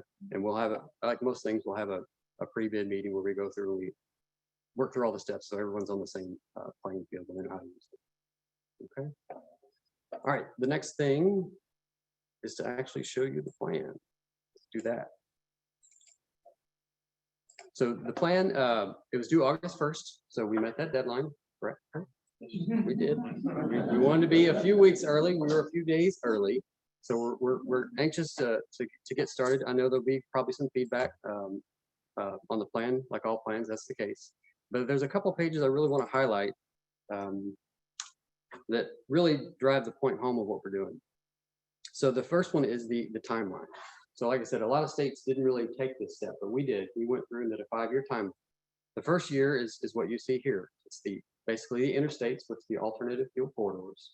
Every 50 miles along the corridor, no more than 1 mile from the interstate, it comes out to 55 locations and about 308 connectors. So you can think, okay, what does that mean? That means that if you need to skip a station when you're driving an electric vehicle, you can. If you want to take a different route, you can. It means there's redundancy at a location. So if there's 4 connectors, right? If one of them's down for maintenance or one of them's used, that means 2 more are available. So you can have confidence when you go to a location, there'll be a charging station available. Power rating is also important. 150 kilowatts per connector means that you can recharge your car in anywhere from 10 to 20 to 30 minutes, depending on the vehicle. All electric cars don't charge at the same rate. We know that. They have different equipment, they have different batteries, different temperature, different ages. But more or less, you know, with a floor of 150 kilowatts per unit, going up from there, that's sufficient. Now, the next thing is we go to year 2. Year 2, we start, and when I say year, it could be phase, right? So the important thing about this program is they say it's a 5-year program, but the funds don't expire. It takes us 10 years to do it. It just takes us 10 years to do it. Okay. But after the alternative fuel corridors are complete, we'll expand off the corridors. We'll move into more urban areas, more rural areas. And those areas will be prioritized based on VMT, vehicle miles traveled. Right. So conceptually, the more people travel through an area, the more likely there will be electric vehicles there. That's what this does. And we just split the funds 50-50 per year. Funds 80 million per year, split it in half. Half of goes urban, half goes to rural. Okay. Then we keep going. We go to years 3, 4, and 5. You get the point that it looks like a very full map. Okay. So basically, you'll be able to drive from Northwest Texas to Southeast Texas. We didn't try to pick a route. You know, you pick your own route. You'll have redundancy. You'll have confidence. You can drive from one part of the state to the other in electric vehicle. Okay. The other part that people like to talk about, and we'll look at that real quick. The differentiated Texas from other folks was the specifications we put in the plan. So we were one of the earliest folks to put a draft out there. And because of that, our language ended up in a bunch of other drafts from other states, which is great. Happy to see it. Because it's a new topic for a lot of DOTs, and they didn't know where to start. So we kind of put a target on our back, but turns out a lot of people use it. So it was good stuff. So we're not going to go through it all, but this part ended up in a lot of different plans. We also have a little bit more information about how the funding is going to work out. We talked about where they are in the state, and there'll be 1,200 stations here and more in there. With alternative fuel corridors at 55 locations, 308 actual units, it's about $60 million. So it's a $500 million program if you count the private sector contribution. So 60 million is that first phase, right? So you have most of the money waited until after you finish the alternative fuel corridors, right? So finishing those corridors is important. But once you get off those, the county seats are generally where we think that most people are going to travel through. If you get off the interstate, you're going to go through a county seat. There's no way around it. That's just the way you're going to go. And inside the MPOs, these numbers are all to be determined. The MPOs are going to have a hand in determining where those stations go. They have their own planning process. A lot of them are very, very mature process in place, and we're going to work with them like we do with lots of other programs. If you look at the total, it's about 2,500 DC fast charge stations, about 25,000. That's pure estimation, right? It all depends on how the rules turn out, right? If the rules go one way or another, that level 2 may come down, the DC fast charge may come up, right? It all depends on how it's finalized. Now, talking about MPOs, we also took the step that a lot of folks didn't take and tried to do a breakdown for those MPOs after the alternative fuel corridor. We used an existing formula that we had on hand. We modified it for EV ownership and non-attainment areas, and we came up with an estimate that works, we think, within the framework of the funds that we have for this program. And everyone's pretty excited about this because they want to have an active hand in how they roll out this charging infrastructure to their folks, knowing that this isn't enough when all vehicles are electric. So again, if there's 20 million vehicles in Texas and we're building up for about 1 million vehicles, you can do the math, right? So when people say, oh, private sector should do this, private sector is going to do this, right? This is just a small start to the charging station needs that are available in Texas. Okay. Another thing that came up over and over and over was energy usage estimates. So people think you plug in an electric car and the grid's going to fail. Not going to happen. Read the comments. They're all in the plan. Okay. But so we took a stab at trying to estimate how much energy would be used if all these stations were built in Texas. If we could magically snap our fingers and we would transport to the future, and this network was built out as it's written in the plan, it would be about 667 megawatts, which sounds like a lot, and it is. But does anybody know what our record for megawatt usage was in Texas? It happened before it started raining, obviously. It's close to 80,000. So if there's 80,000 megawatts, give or take, in the grid, now we can argue about if they're in the right place or not, whether they're along the coast or in North Texas or South Texas. We can talk about that. But generally speaking, there's enough energy in the system, right, for 1 million electric cars. You could even, if you could convince everyone to plug their car in at night in Texas, there's enough wind power at night in Texas for 1 million electric cars, right? But we take a shot at that. It's here. Everything's listed. The last thing to talk about is really, I think, something that's lost on a lot of folks, is the appendix. And you think, oh, you put something in the appendix. Well, we did, but the appendix is really powerful in this document. The appendix is actually a prioritized list ranked by descending GMT for each one of these items, each one of these locations. We also put the distance between the locations, because that's one of the rules, within 50 miles of the next nearest station. We put the number of plugs, we put the estimated year, right, which is 1 to 5, and these are ranked from 1 through whatever, right? So that's an order and descending list, right, of the order that we want to hit these things when we get to that step. Okay. So this is the 5 minutes. Sorry for all the switchology early on, technology stuff. We'll figure it out. Come back in 2 years and this room will be bulletproof and everything will be fine. But I'm happy to answer any questions. The program is ongoing. The resources that we made available for the program are still up. There's still a page that we collect comments from. There's still a page that we collect suggested locations for charging stations. Those will not be taken down. It's continual public involvement. The map that I showed you earlier that had all the dots on the screen, dozens of those were changed based on feedback we got from the public. So there were things that, we thought they looked good here, but someone would say, have you thought about this location, or have you thought about this? And we just say, no, we haven't. Thank you for contacting us. And the next day we could move it, and we did. So we're happy to do that. One other thing is we didn't do a full site analysis on each one of the locations. We're going to let the vendors do that site analysis. And if they see that we've made a mistake, they will have the capability to suggest location changes, right? Based on supply, retail, amenities, things that are important to these locations, because we want them to be successful. So it's not a closed box. It has to be in the study area. That's it. No, look at it. If it doesn't work, if you think it's not right, tell us. We're more than happy to move it. So that's the 5-minute tour. Happy to answer any questions you may have, except from Darren. Anyone else? I just wanted to, especially for those online. When Michael pulled up the statewide planning map, it's important to note that all those metropolitan planning organization future sites are not on that map. Those are to be developed. And so right now, this is only roughly 50% of the plan, 60% of the plan. So that's correct. And it's important to know too, because I think one thing Michael should tell, because of this overlay with the disadvantaged communities, what did you say? Just with the sites that are planned right now, 65%. 65% of the funds is covered in the alternative fuel corridors in the rural areas. Once we get to the urban, it may change, but we don't think it's going to change drastically. If anything, it could improve. But yeah, and I think that's phenomenal, because I don't think that anybody anticipated it would match that level. And I think it speaks volumes for them. Overall, I think we will cover any concerns about that very well.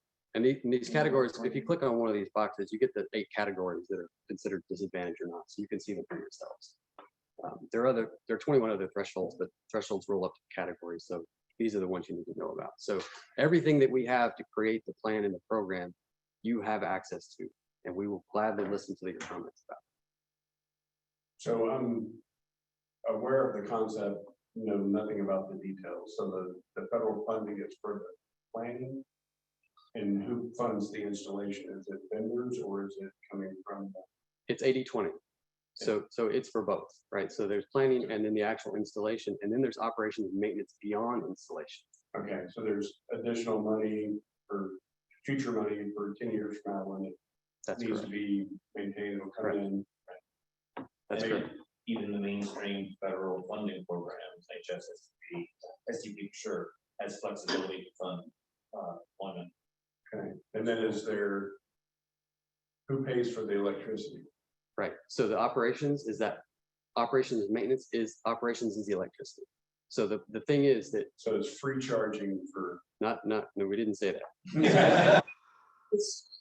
So there is operations and maintenance for those. The operations comes in if you're going to build a station. So they say we have to do it every 50 miles along the interstate. There's interstate in far west Texas. Yeah. It will have low utilization. So if anyone plugs into that station, the demand charge is going to be really high. Right, that's where that operation comes in to help over the first 5 years until usage increases and those demand charges become less than that. Okay. And that's what the operation, maintenance is regular maintenance, but it's only 5 years of operation. But so ultimately, is it drivers would pay to charge? That's you know, correct. To charge in, and then it may be, in some locations, it might be subsidized. That's maybe. correct. So if a location has anywhere from 100 and 150 to 200 sessions per billing cycle, it's self-sufficient. Okay. So for anything that's under that, that's where the operations comes in to help until the usage comes up, or until the program ends. After 5 years, if it's not cost competitive, the program still ends. We have no more money.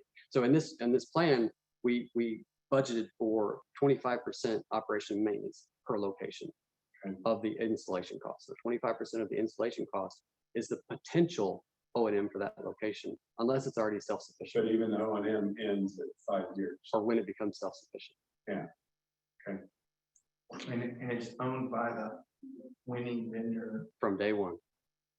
So TxSTIC will not own or operate, or it will not be in the right of way. There's only some weird instances. Like if we can't find a private sector participant or partner in far west Texas, we'll have to evaluate that when we get there. But right now it's private sector program, private sector owns and operates. Private sector provides 20% of the cost, right? And they can get operations and maintenance for 5 years. We can potentially do safety rest area. which Safety doesn't rest allow- areas have a doesn't allow small for issue. Private. doesn't allow- Can charge. You can charge, you can't be charged. Remember something. That's right. Right. Anyway, Yeah. So there's some things that we can talk about. Like you said, if some states have decided to put them at rest areas and just don't charge people for it, they'll use the 5 years of O&M, and when it runs out, it just runs out. There are some possibilities where you could potentially, turn back a small portion of a rest area, and then it releases you from I mean, there's things, but we're not there yet. We have 55 locations. Most of them are good locations. We're gonna run down those down. Helpful, thank you. Any other questions? So I know there's been a request for comments on this from public, and I don't know if it's ended or not. Some of the themes I saw had to do with things like safety. So are they going to be well lit, well lit? So Correct. that someone can charge during the middle of the night if need be. Correct. And given the length of time it might take to charge, can we charge other things? Someone jump on a scooter Right. and go around the area while they're charging. I assume all of that, and should anything come out of that, your plan is dynamic enough to be able to. It is. And again, it hasn't been said explicitly, but this is a yearly updated plan. So as things change, we will change. But what you're talking about really are some things that will go into the scoring matrix when we get a proposal. If they're saying, yes, it will be ADA compliant, yes, we'll have well lit, yes, we'll have restrooms, you're going to go to the top of the list, right? If you already have a site location in mind, you have an agreement with a vendor, you have a retail location in mind, those are all things that we want to see. Now, have we decided all those things? No, absolutely not. Right, we're still waiting for final guidance. We're waiting, once we come up with a plan to get it through the department, that's, the plan was comparatively easy compared to how to get it through the department, which is the next thing we're working on. So what I think I'm hearing is there's been a lot of third-party interest, private Absolutely. sector. interest. Absolutely. The folks are coming up on a, like Darren said, daily, weekly basis, already making agreement with site owners. So when they do come up with a proposal, they'll have a very good proposal on hand. So 2 to 3 calls per week is probably on the low side. People calling and saying, what can we do right now? So we're trying to come up with a way to give them resources to folks to work on these systems outside of NEVI, because they're like, well, we want to go now, but we're in an area that's not an alternative fuel corridor. How do we start? So we want to try to give them a leg up on that, because it could be in some cases 5 years before we get to them if you're on the lower end of the list.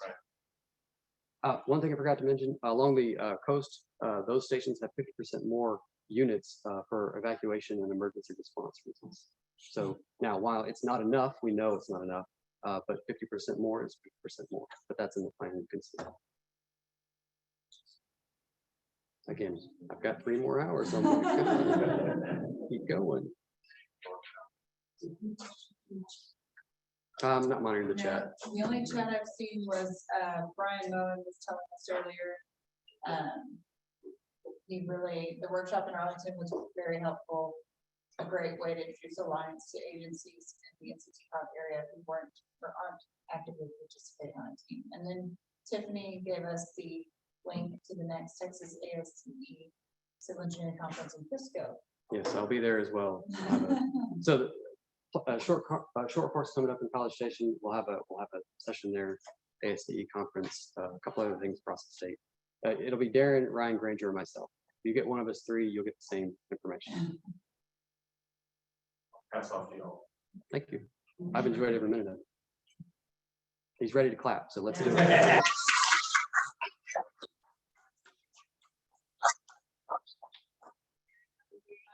if you want to go ahead and do now, or should we wait? So we have a couple of little, I think all you need to do is share your slides, right? Yeah. Yeah, just go ahead and do that. I think go ahead and just share your slides.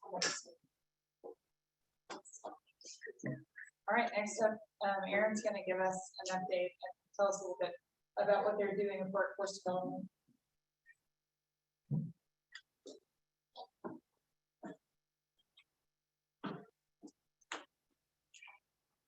I don't know if they can hear me, but I know.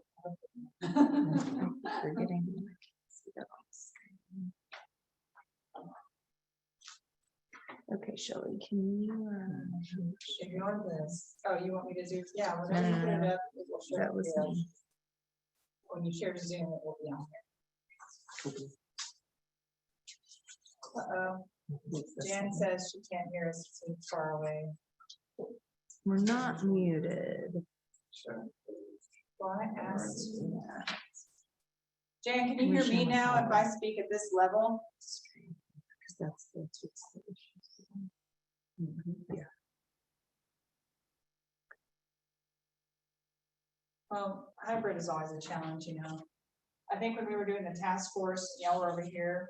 I mean, I could just hear, but I mean, I had to have a quiet room. Good, good.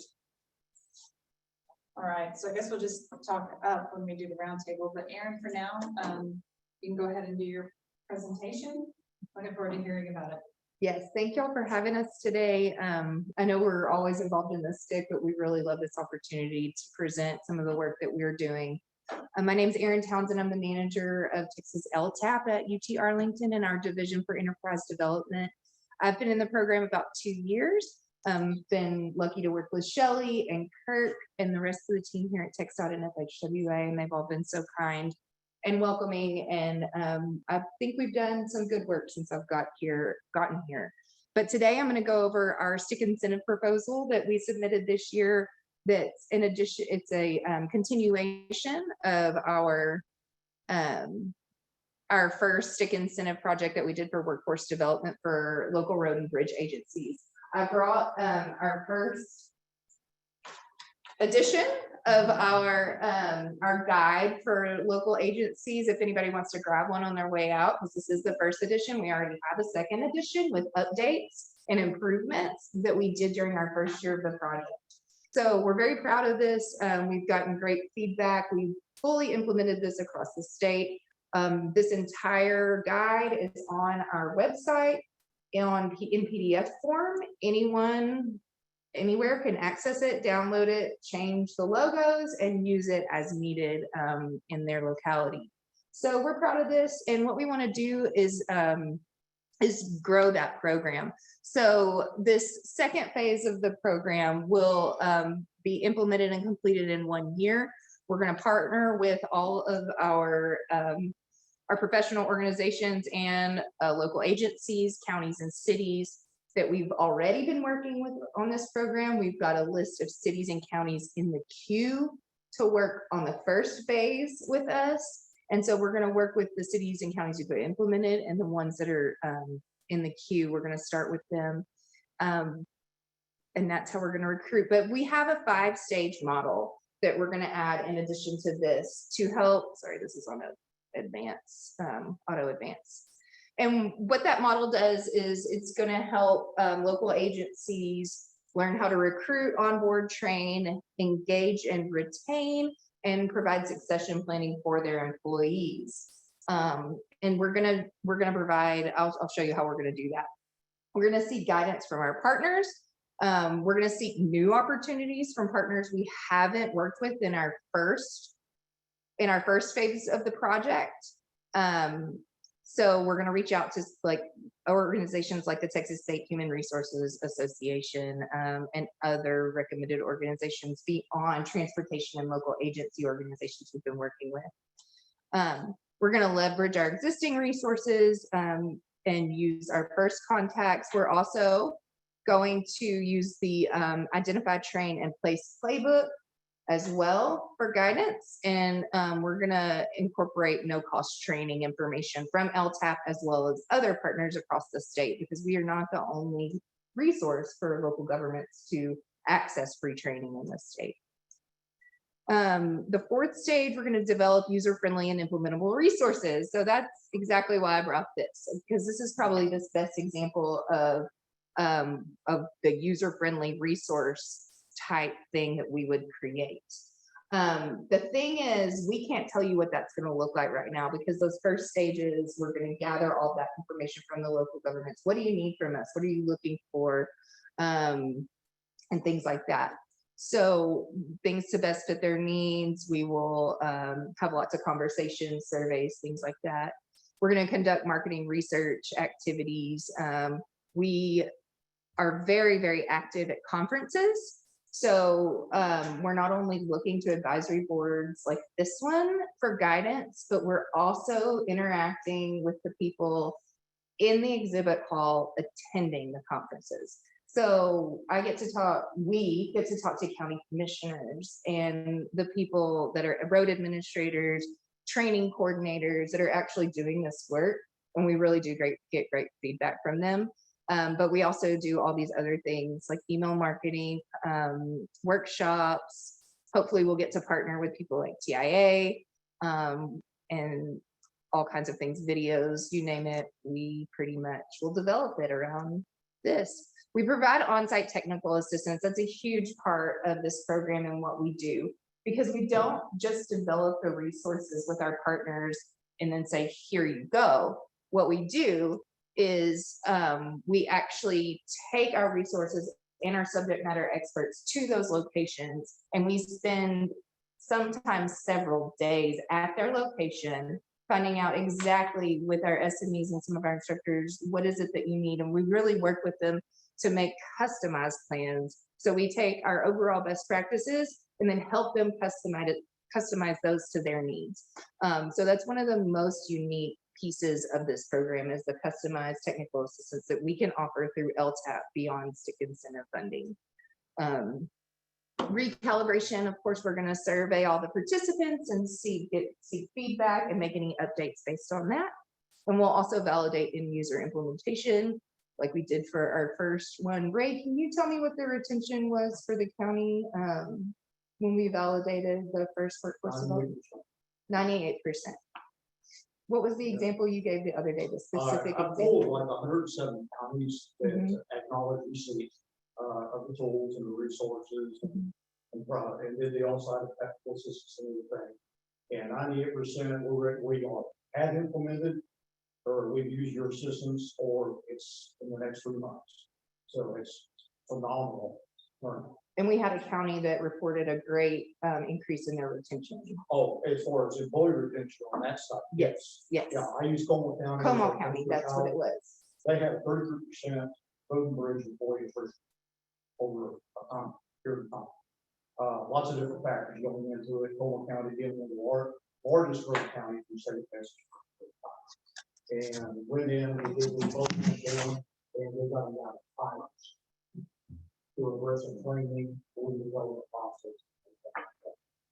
And lots of other clients, we've gone over numerous counties. Yes, our two big ones right now, we'll have the city of Fort Worth, city of Dallas, the public works departments. Had one used to one for a while. Yeah, we work heavily with the counties because they really seem to need this assistance more so than the cities, especially some of our larger, well-established, well-funded cities. But we're starting to see that places like City of Dallas and City of Fort Worth absolutely have the really very similar needs. Yes, big time. We've gone to City of Dallas, had conversation with their administrators about that very thing, and that's why we said we've got the perfect program to help you guys out. So we are anticipating this to be successful, which will be really good to show other cities around the state that, you know, if Dallas and Fort Worth needed it, you know, then anybody could really find something to utilize out of this program and this plan. And hopefully we can find other resources outside of LTAP to help implement parts of the program. We also provide reporting to TxSTIC and to the STIC, and that will include pretty much any program data that we have updated from time to time. Well, we'll have the monthly, then it's about, you know, 3 times annually for the STIC. And that's it. I'm your main contact at LTAP. My name's Erin. This is Charnette Lucas. I want to introduce her. She's our program coordinator.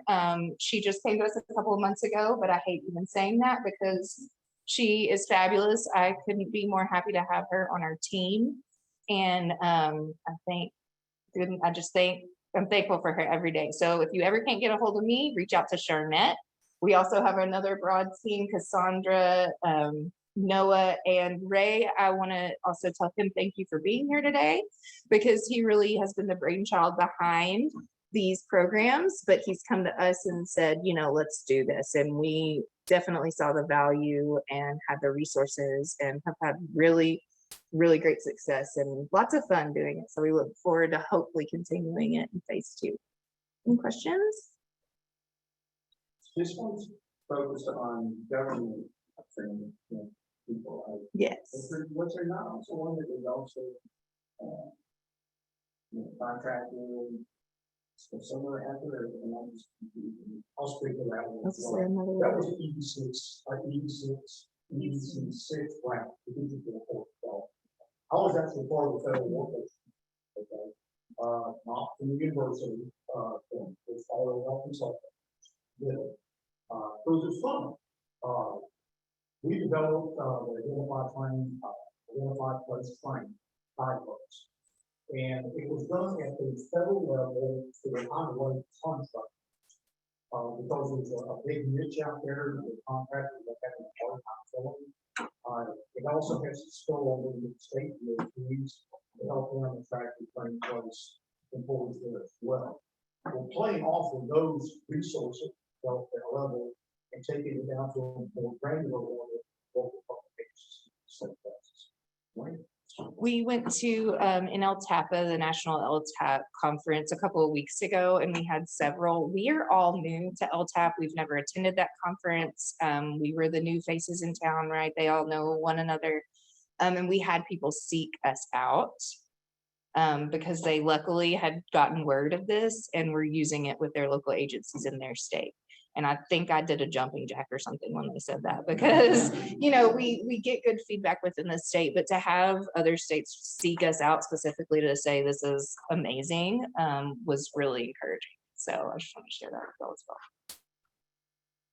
Thank y'all so much. It's break time.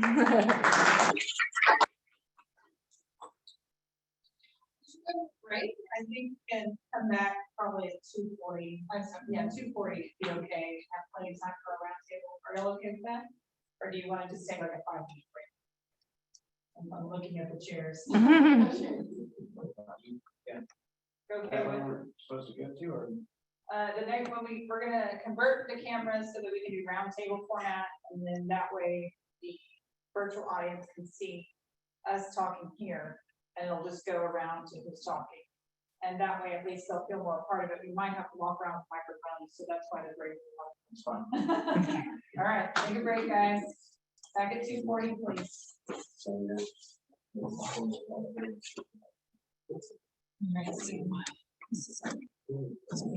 yeah.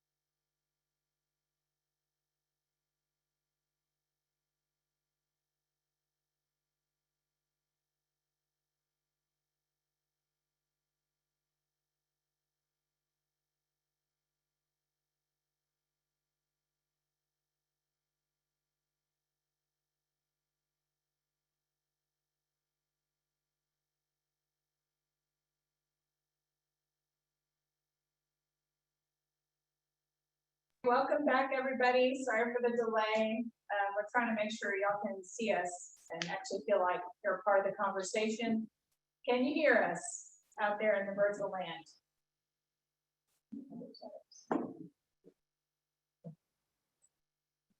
Yes. Thank you, Andrea. Okay, so Erin is going to go through the list with us just so we can make sure we capture everybody. And of course, feel free to speak up even if you're not on the list after we go through the numbers. So go ahead, Erin, I appreciate it. Yeah. Al, any updates in addition to what you shared earlier? Nothing I've already Okay. shared.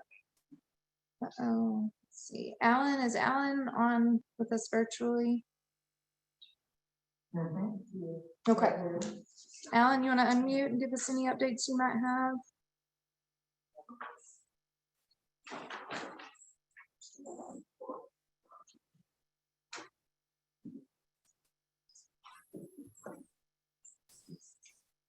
Okay, let's go. We have Andrea. We'll go to Andrea next, and if Al pops up. Andrea, do you have any updates for us today? I do not. No, thank you. Okay, thank you for being here. Ashby, is Ashby on?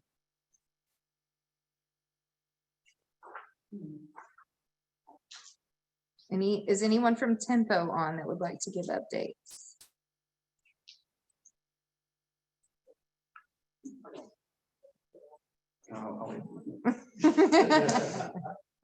Okay, Ashley. We have Ashley Williams on. She was going to try to make it. Okay. There, Ashley.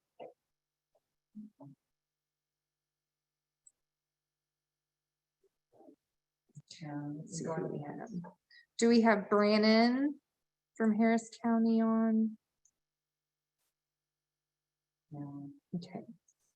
And if we skip you, just speak up and let us know. And I'm going to give the LTAP updates just real quick. In addition to our proposal for the workforce development phase 2 project, we also published an article that Ray and I co-authored in the County Progress July edition magazine of County Progress.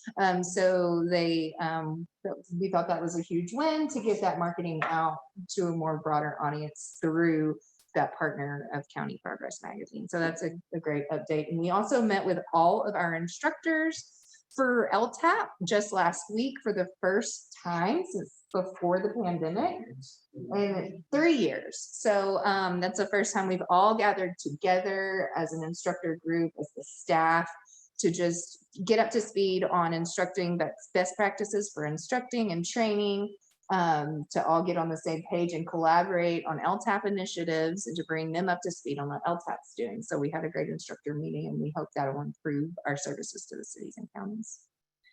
Okay, next we have Darren. So as you started going down the list, you reminded me, something that we didn't really highlight on the electrification effort is a number of these elements. First of all, we're always open to come if any of one of y'all's bodies feels that it would be great if we could come talk to X group at a certain time. We've been doing that pretty repeatedly lately. Andrea in particular, right, because some interesting requests have been, why didn't we plan any sites at national or state parks? And frankly, because we kind of, even as much money as we're receiving, we kind of ran out once we exhausted all those counties, the highways, and then gave that money to the NPOs. But we do think that there's going to be leeway within the plan as we get in those later years that we can come back and look at that and maybe have some sites at some of the parks. Because I do know, especially in Big Bend, and as you go from El Paso towards one of those caves in New Mexico, I can't remember right now, but whatever they are, there's a potential site that would be there, and some others like that. But then also, I mean, Tempo and CTRMA, and we did speak to Tempo recently, but any one of y'all's organizations, if it's fitting, and that includes, DPS and others, I think that would be great to have that opportunity. Because as Michael said, we're going to have to continue to go out and re-educate or provide updates of what we've done and where we're going next, because there's a lot of questions out there. And that does not necessarily mean we are the proponents of electric vehicles, as I like to remind people. We're providing this as an overall capability that's tied into the rest of the capabilities that we all use. There's also a discretionary program element in that that hasn't been. Exactly, that hadn't even been implemented yet. That'll come out, and we do encourage, like the other grants, that a lot of those are city or regionally focused, and there's going to be great opportunities there for them to take advantage of that. I'll stop there. We still get closing remarks at the end. Yeah. We can think of anything after we all get through our round. And on to David, I think we have things to do today, yeah. We're continuing to work towards a transition from our existing in-car system to basically what that we used to do tickets, warnings, commercial vehicle inspections. We're transitioning to application by Versaterm. It's turned into a huge project when we've got over 3,000 users to try to convert and teach. They were having some UAT this week. I think the goal is to try to start pushing it out the first of the year. It's pretty aggressive. We run into a few challenges recently with renewal coming up and discovering that there are some text ramp requirements that I don't think we necessarily knew about. So working with the vendor to try to at least get provisional approval so that we can keep moving forward. But we're pretty excited about it because it's not only does it do that, but it's also integrated with for our communications folks on the comm side, CAD to replace the CAD that they've been using as well. So hopefully we'll work through all the bugs and the certification challenges and get that moving forward, actually implemented after the first of the year. Then we continue to leverage UAVs. All of our state crash team folks and our regional crash teams have them. I know we partnered, Darren and I were talking earlier, we partnered with them. I think you guys have provided some funding for some, and we've, I think, got some from some other resources. But we leverage, it's really helping our crash teams keep from having to shut down highway segments when we've had a fatality, because they're able to take photographs and basically measure scenes by using these UAVs without having to shut down traffic for sometimes several hours, and having to coordinate with TxSTIC, on rerouting traffic and things like that. So it's a win in that realm. And then it's good for traffic management if we have issues that we need to see. We're also using them pretty extensively for, just like if we're, for example, protests or whatever at the Capitol, we use them to help give a situational awareness of where crowds and people and stuff like that are. So we're pretty excited about the expansion. That's just, our division, but we also have criminal investigations, the Ranger division, and some others that are using them. We're using them at the border for reconnaissance and things like that. So just trying to leverage that technology where we can to make us more efficient. That's all I have. Thank you, David. Elizabeth, are you on? I think I saw you chat earlier. You're still on. You can unmute and give an update.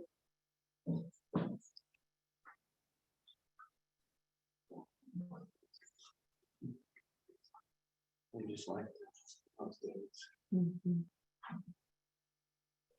No, and I are not bailing on you. We just have another meeting. We have to get it free on phone call. Yeah, okay, do we have Gary on?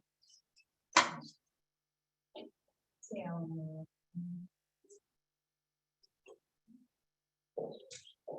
like we just lost some. I think we lost some. What about Sid from Alamo area NPO? Sid Martinez with us today? for anyone of Sid's staff?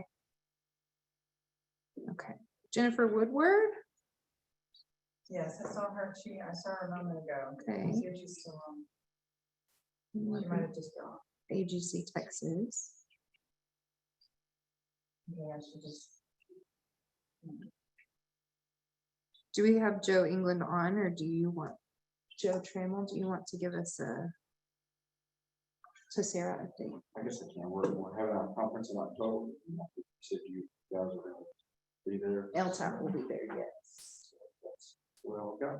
Okay, so Sarah's having their conference in October, College Station, right?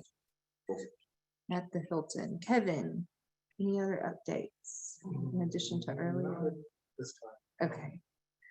Kirk, additional updates? Well, there's, we're working on some resiliency improvement plans across the state. With the help of Tempo, we've got resiliency plans for extreme weather events like hurricanes, flooding, and several of them being done by TxSTIC. And the one statewide resiliency plan is being done by TPP. But we're trying to kind of coordinate our resiliency plan that would sort of electrical protect funds under the bill line. And if so, we can reduce the amount of match, local match that we need to get the 90-10 versus an 80-20. That is for working on that. This is statewide resiliency work. Okay. We have next Mario, TTA, anyone else from TTA?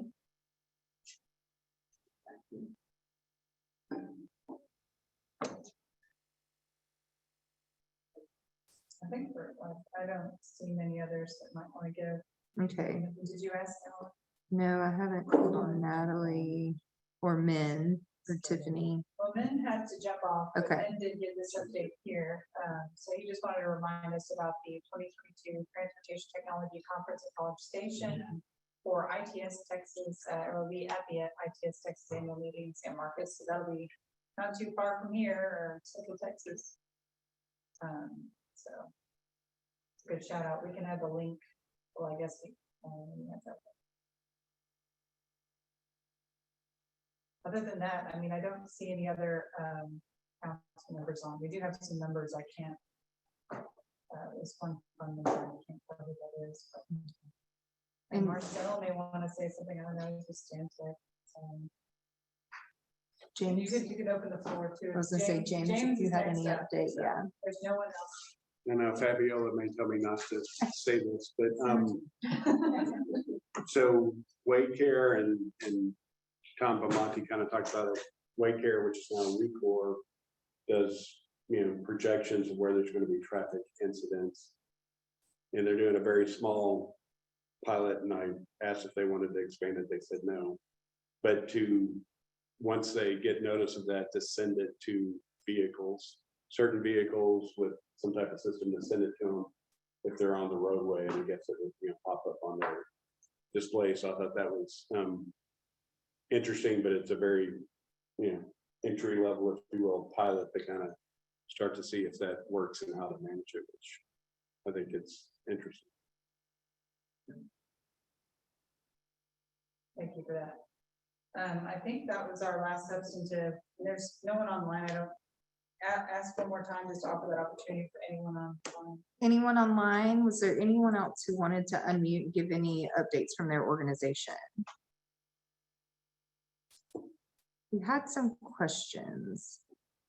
How does the vendor engage with the STIC to build software tools and services that are customized to the needs of Texas EV adoption and grid planning, sizing, and monitoring?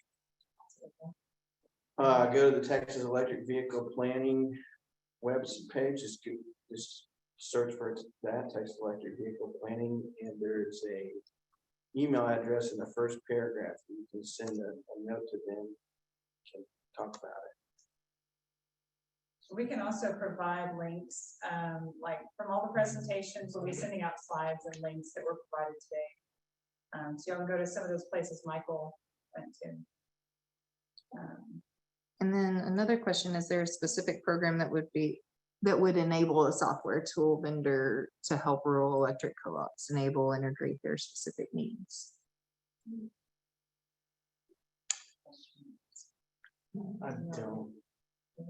I guess we'd have to reach out to association of counties and see if they have some kind of combined. Right, that's one of the ones that, in fact, there's a association of counties annual conference in, I guess, in the Bastrop area next month. And we tried to get in on that, but we were a little late to become aware of it. So they already set their agenda, but we're trying to find an avenue to engage them early enough to where they can work with not only the electric side, but software providers and planners to kind of look at that. Again, noting, as Michael said, we're only talking effectively one DC fast charging station in a county, not accounting for anything that might be from an NPO that's in that county or a highway that's in that county. But so it's not a huge lift, but it's still going to take work to make those happen. Any other comments or questions from the virtual audience? Yes, this is Marcel with Stantec. I have a question regarding the relationship between the MPOs and TxSTIC when it comes to the development of the charging stations. What is that relationship as far as who's going to be, I guess, leading the effort, or is it just collaboration? If I remember correctly, I'll put that caveat there, but I believe the MPOs they're going to lead the effort, and they have access to their regular planning dollars. And I think there was some discussion of allocating a little more planning funds to augment that. And then, but in terms of, the final approval of a given MPO plan for a given year, I think we'll be partnered on that effort because we have responsibility to get that through the joint program office. So are they free to then have their own type of evaluation criteria? I didn't hear that. What kind of criteria? Their evaluation.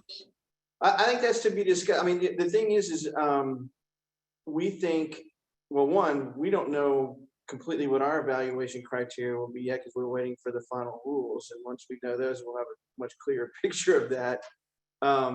Certainly most, if not all, those would apply, but we are also working under an assumption right now that we will have flexibility in the MPO funds to place not only DC fast charging, but also level 2 chargers. And when you get into, I mean, there's such differences between those two platforms that there will have to be different standards or requirements, I think, in many cases for those. So I can't say for certain that there'll be the flexibility to have different ones. I think it would be hard to argue unless there were a very regional specific reason to have different standards between the MPOs. But I do think the MPOs will be able to identify what their regional or community challenges and needs are, and that will be reflected in the site locations they want to address. And that might, than a standard, it might be driven more from the site location choices. Thank you. Other questions or comments from our virtual audience?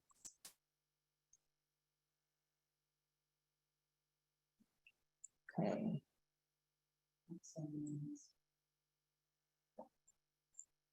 Do we want to open the floor before closing? Yeah. Remarks?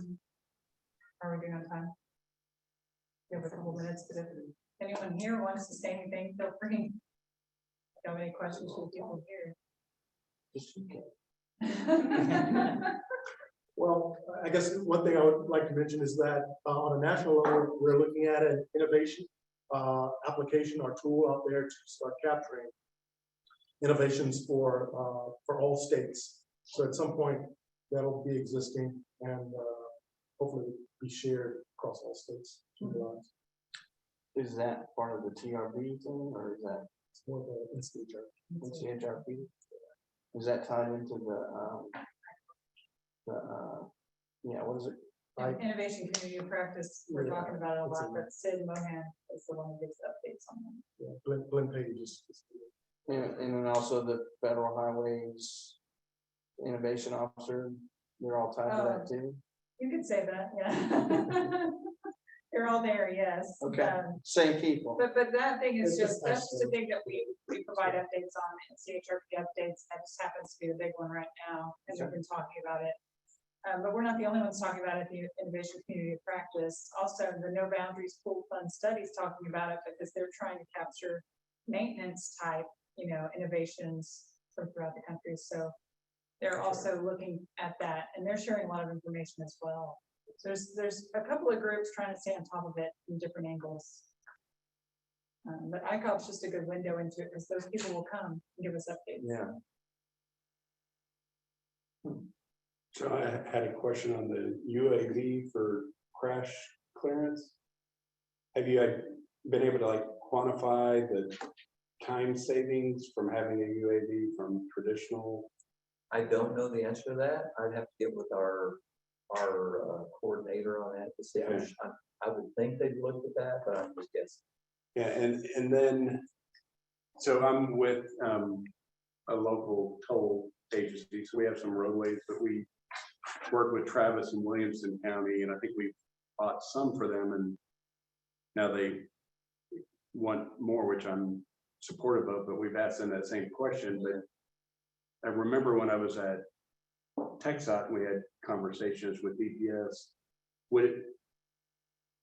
Should local law enforcement in a perfect world be on the same platform as DPS for the drones, or does that matter? Is there really no coordination? If something like that happens, it's whoever the lead is takes it and follows, and there might not really be sharing. It's usually whoever has jurisdiction over that crash. Okay. So like us, we typically only work for rural crashes unless it's like a smaller community that may not have the capabilities, and we'll provide assistance there, but typically we'll do. So that may not really be so it's probably not that big of a deal. Okay.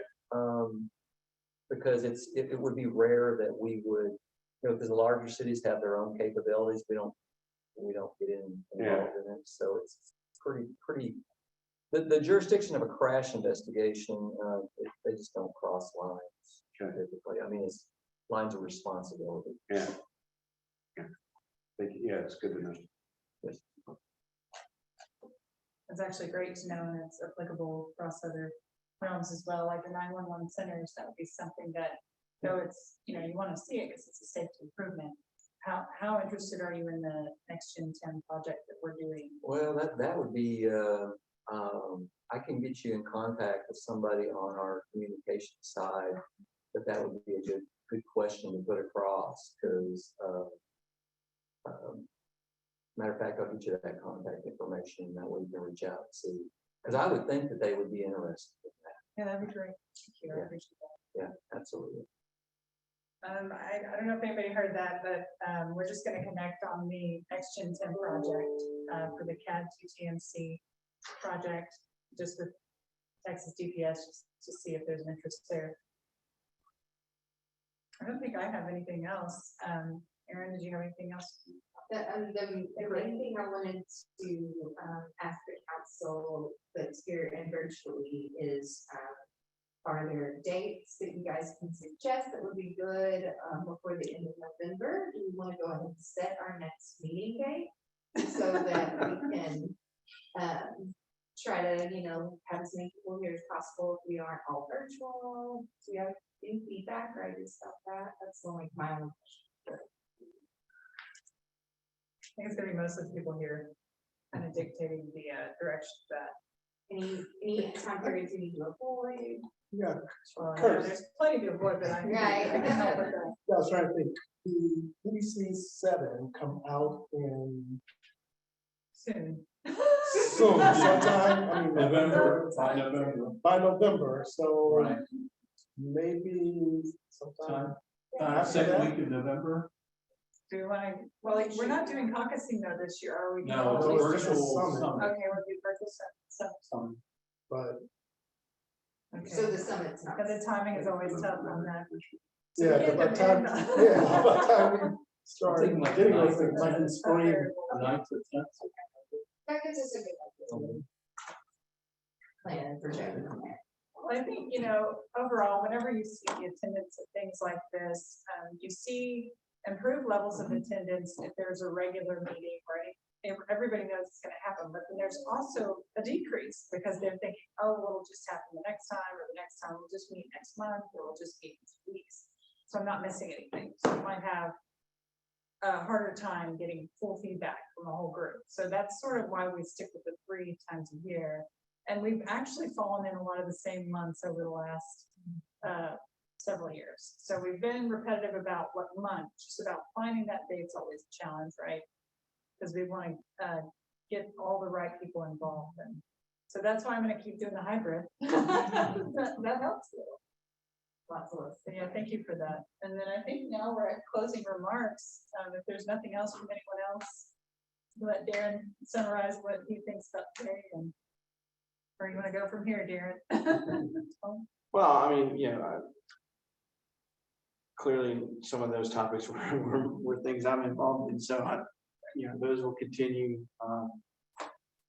I'm really pleased to hear about the LTAP. Yeah, it's funny. I had to ask the question about contractor versus government because I in my mind all this time I've been thinking it's all contractor focused. I kept thinking, what do we do about the local governments?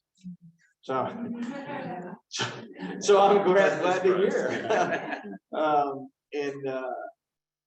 And I do. I mean, to the calendar. I mean, I really do think that there's an opportunity to kind of pull some of those other efforts closer to the STIC meeting dates, and maybe one, I think that will increase opportunity for people to cover several at once, and it'll begin to enable us to showcase how they're interrelated with each other. So I mean, I'll look at the 9th and 10th is, I mean, that's about, honestly, in November.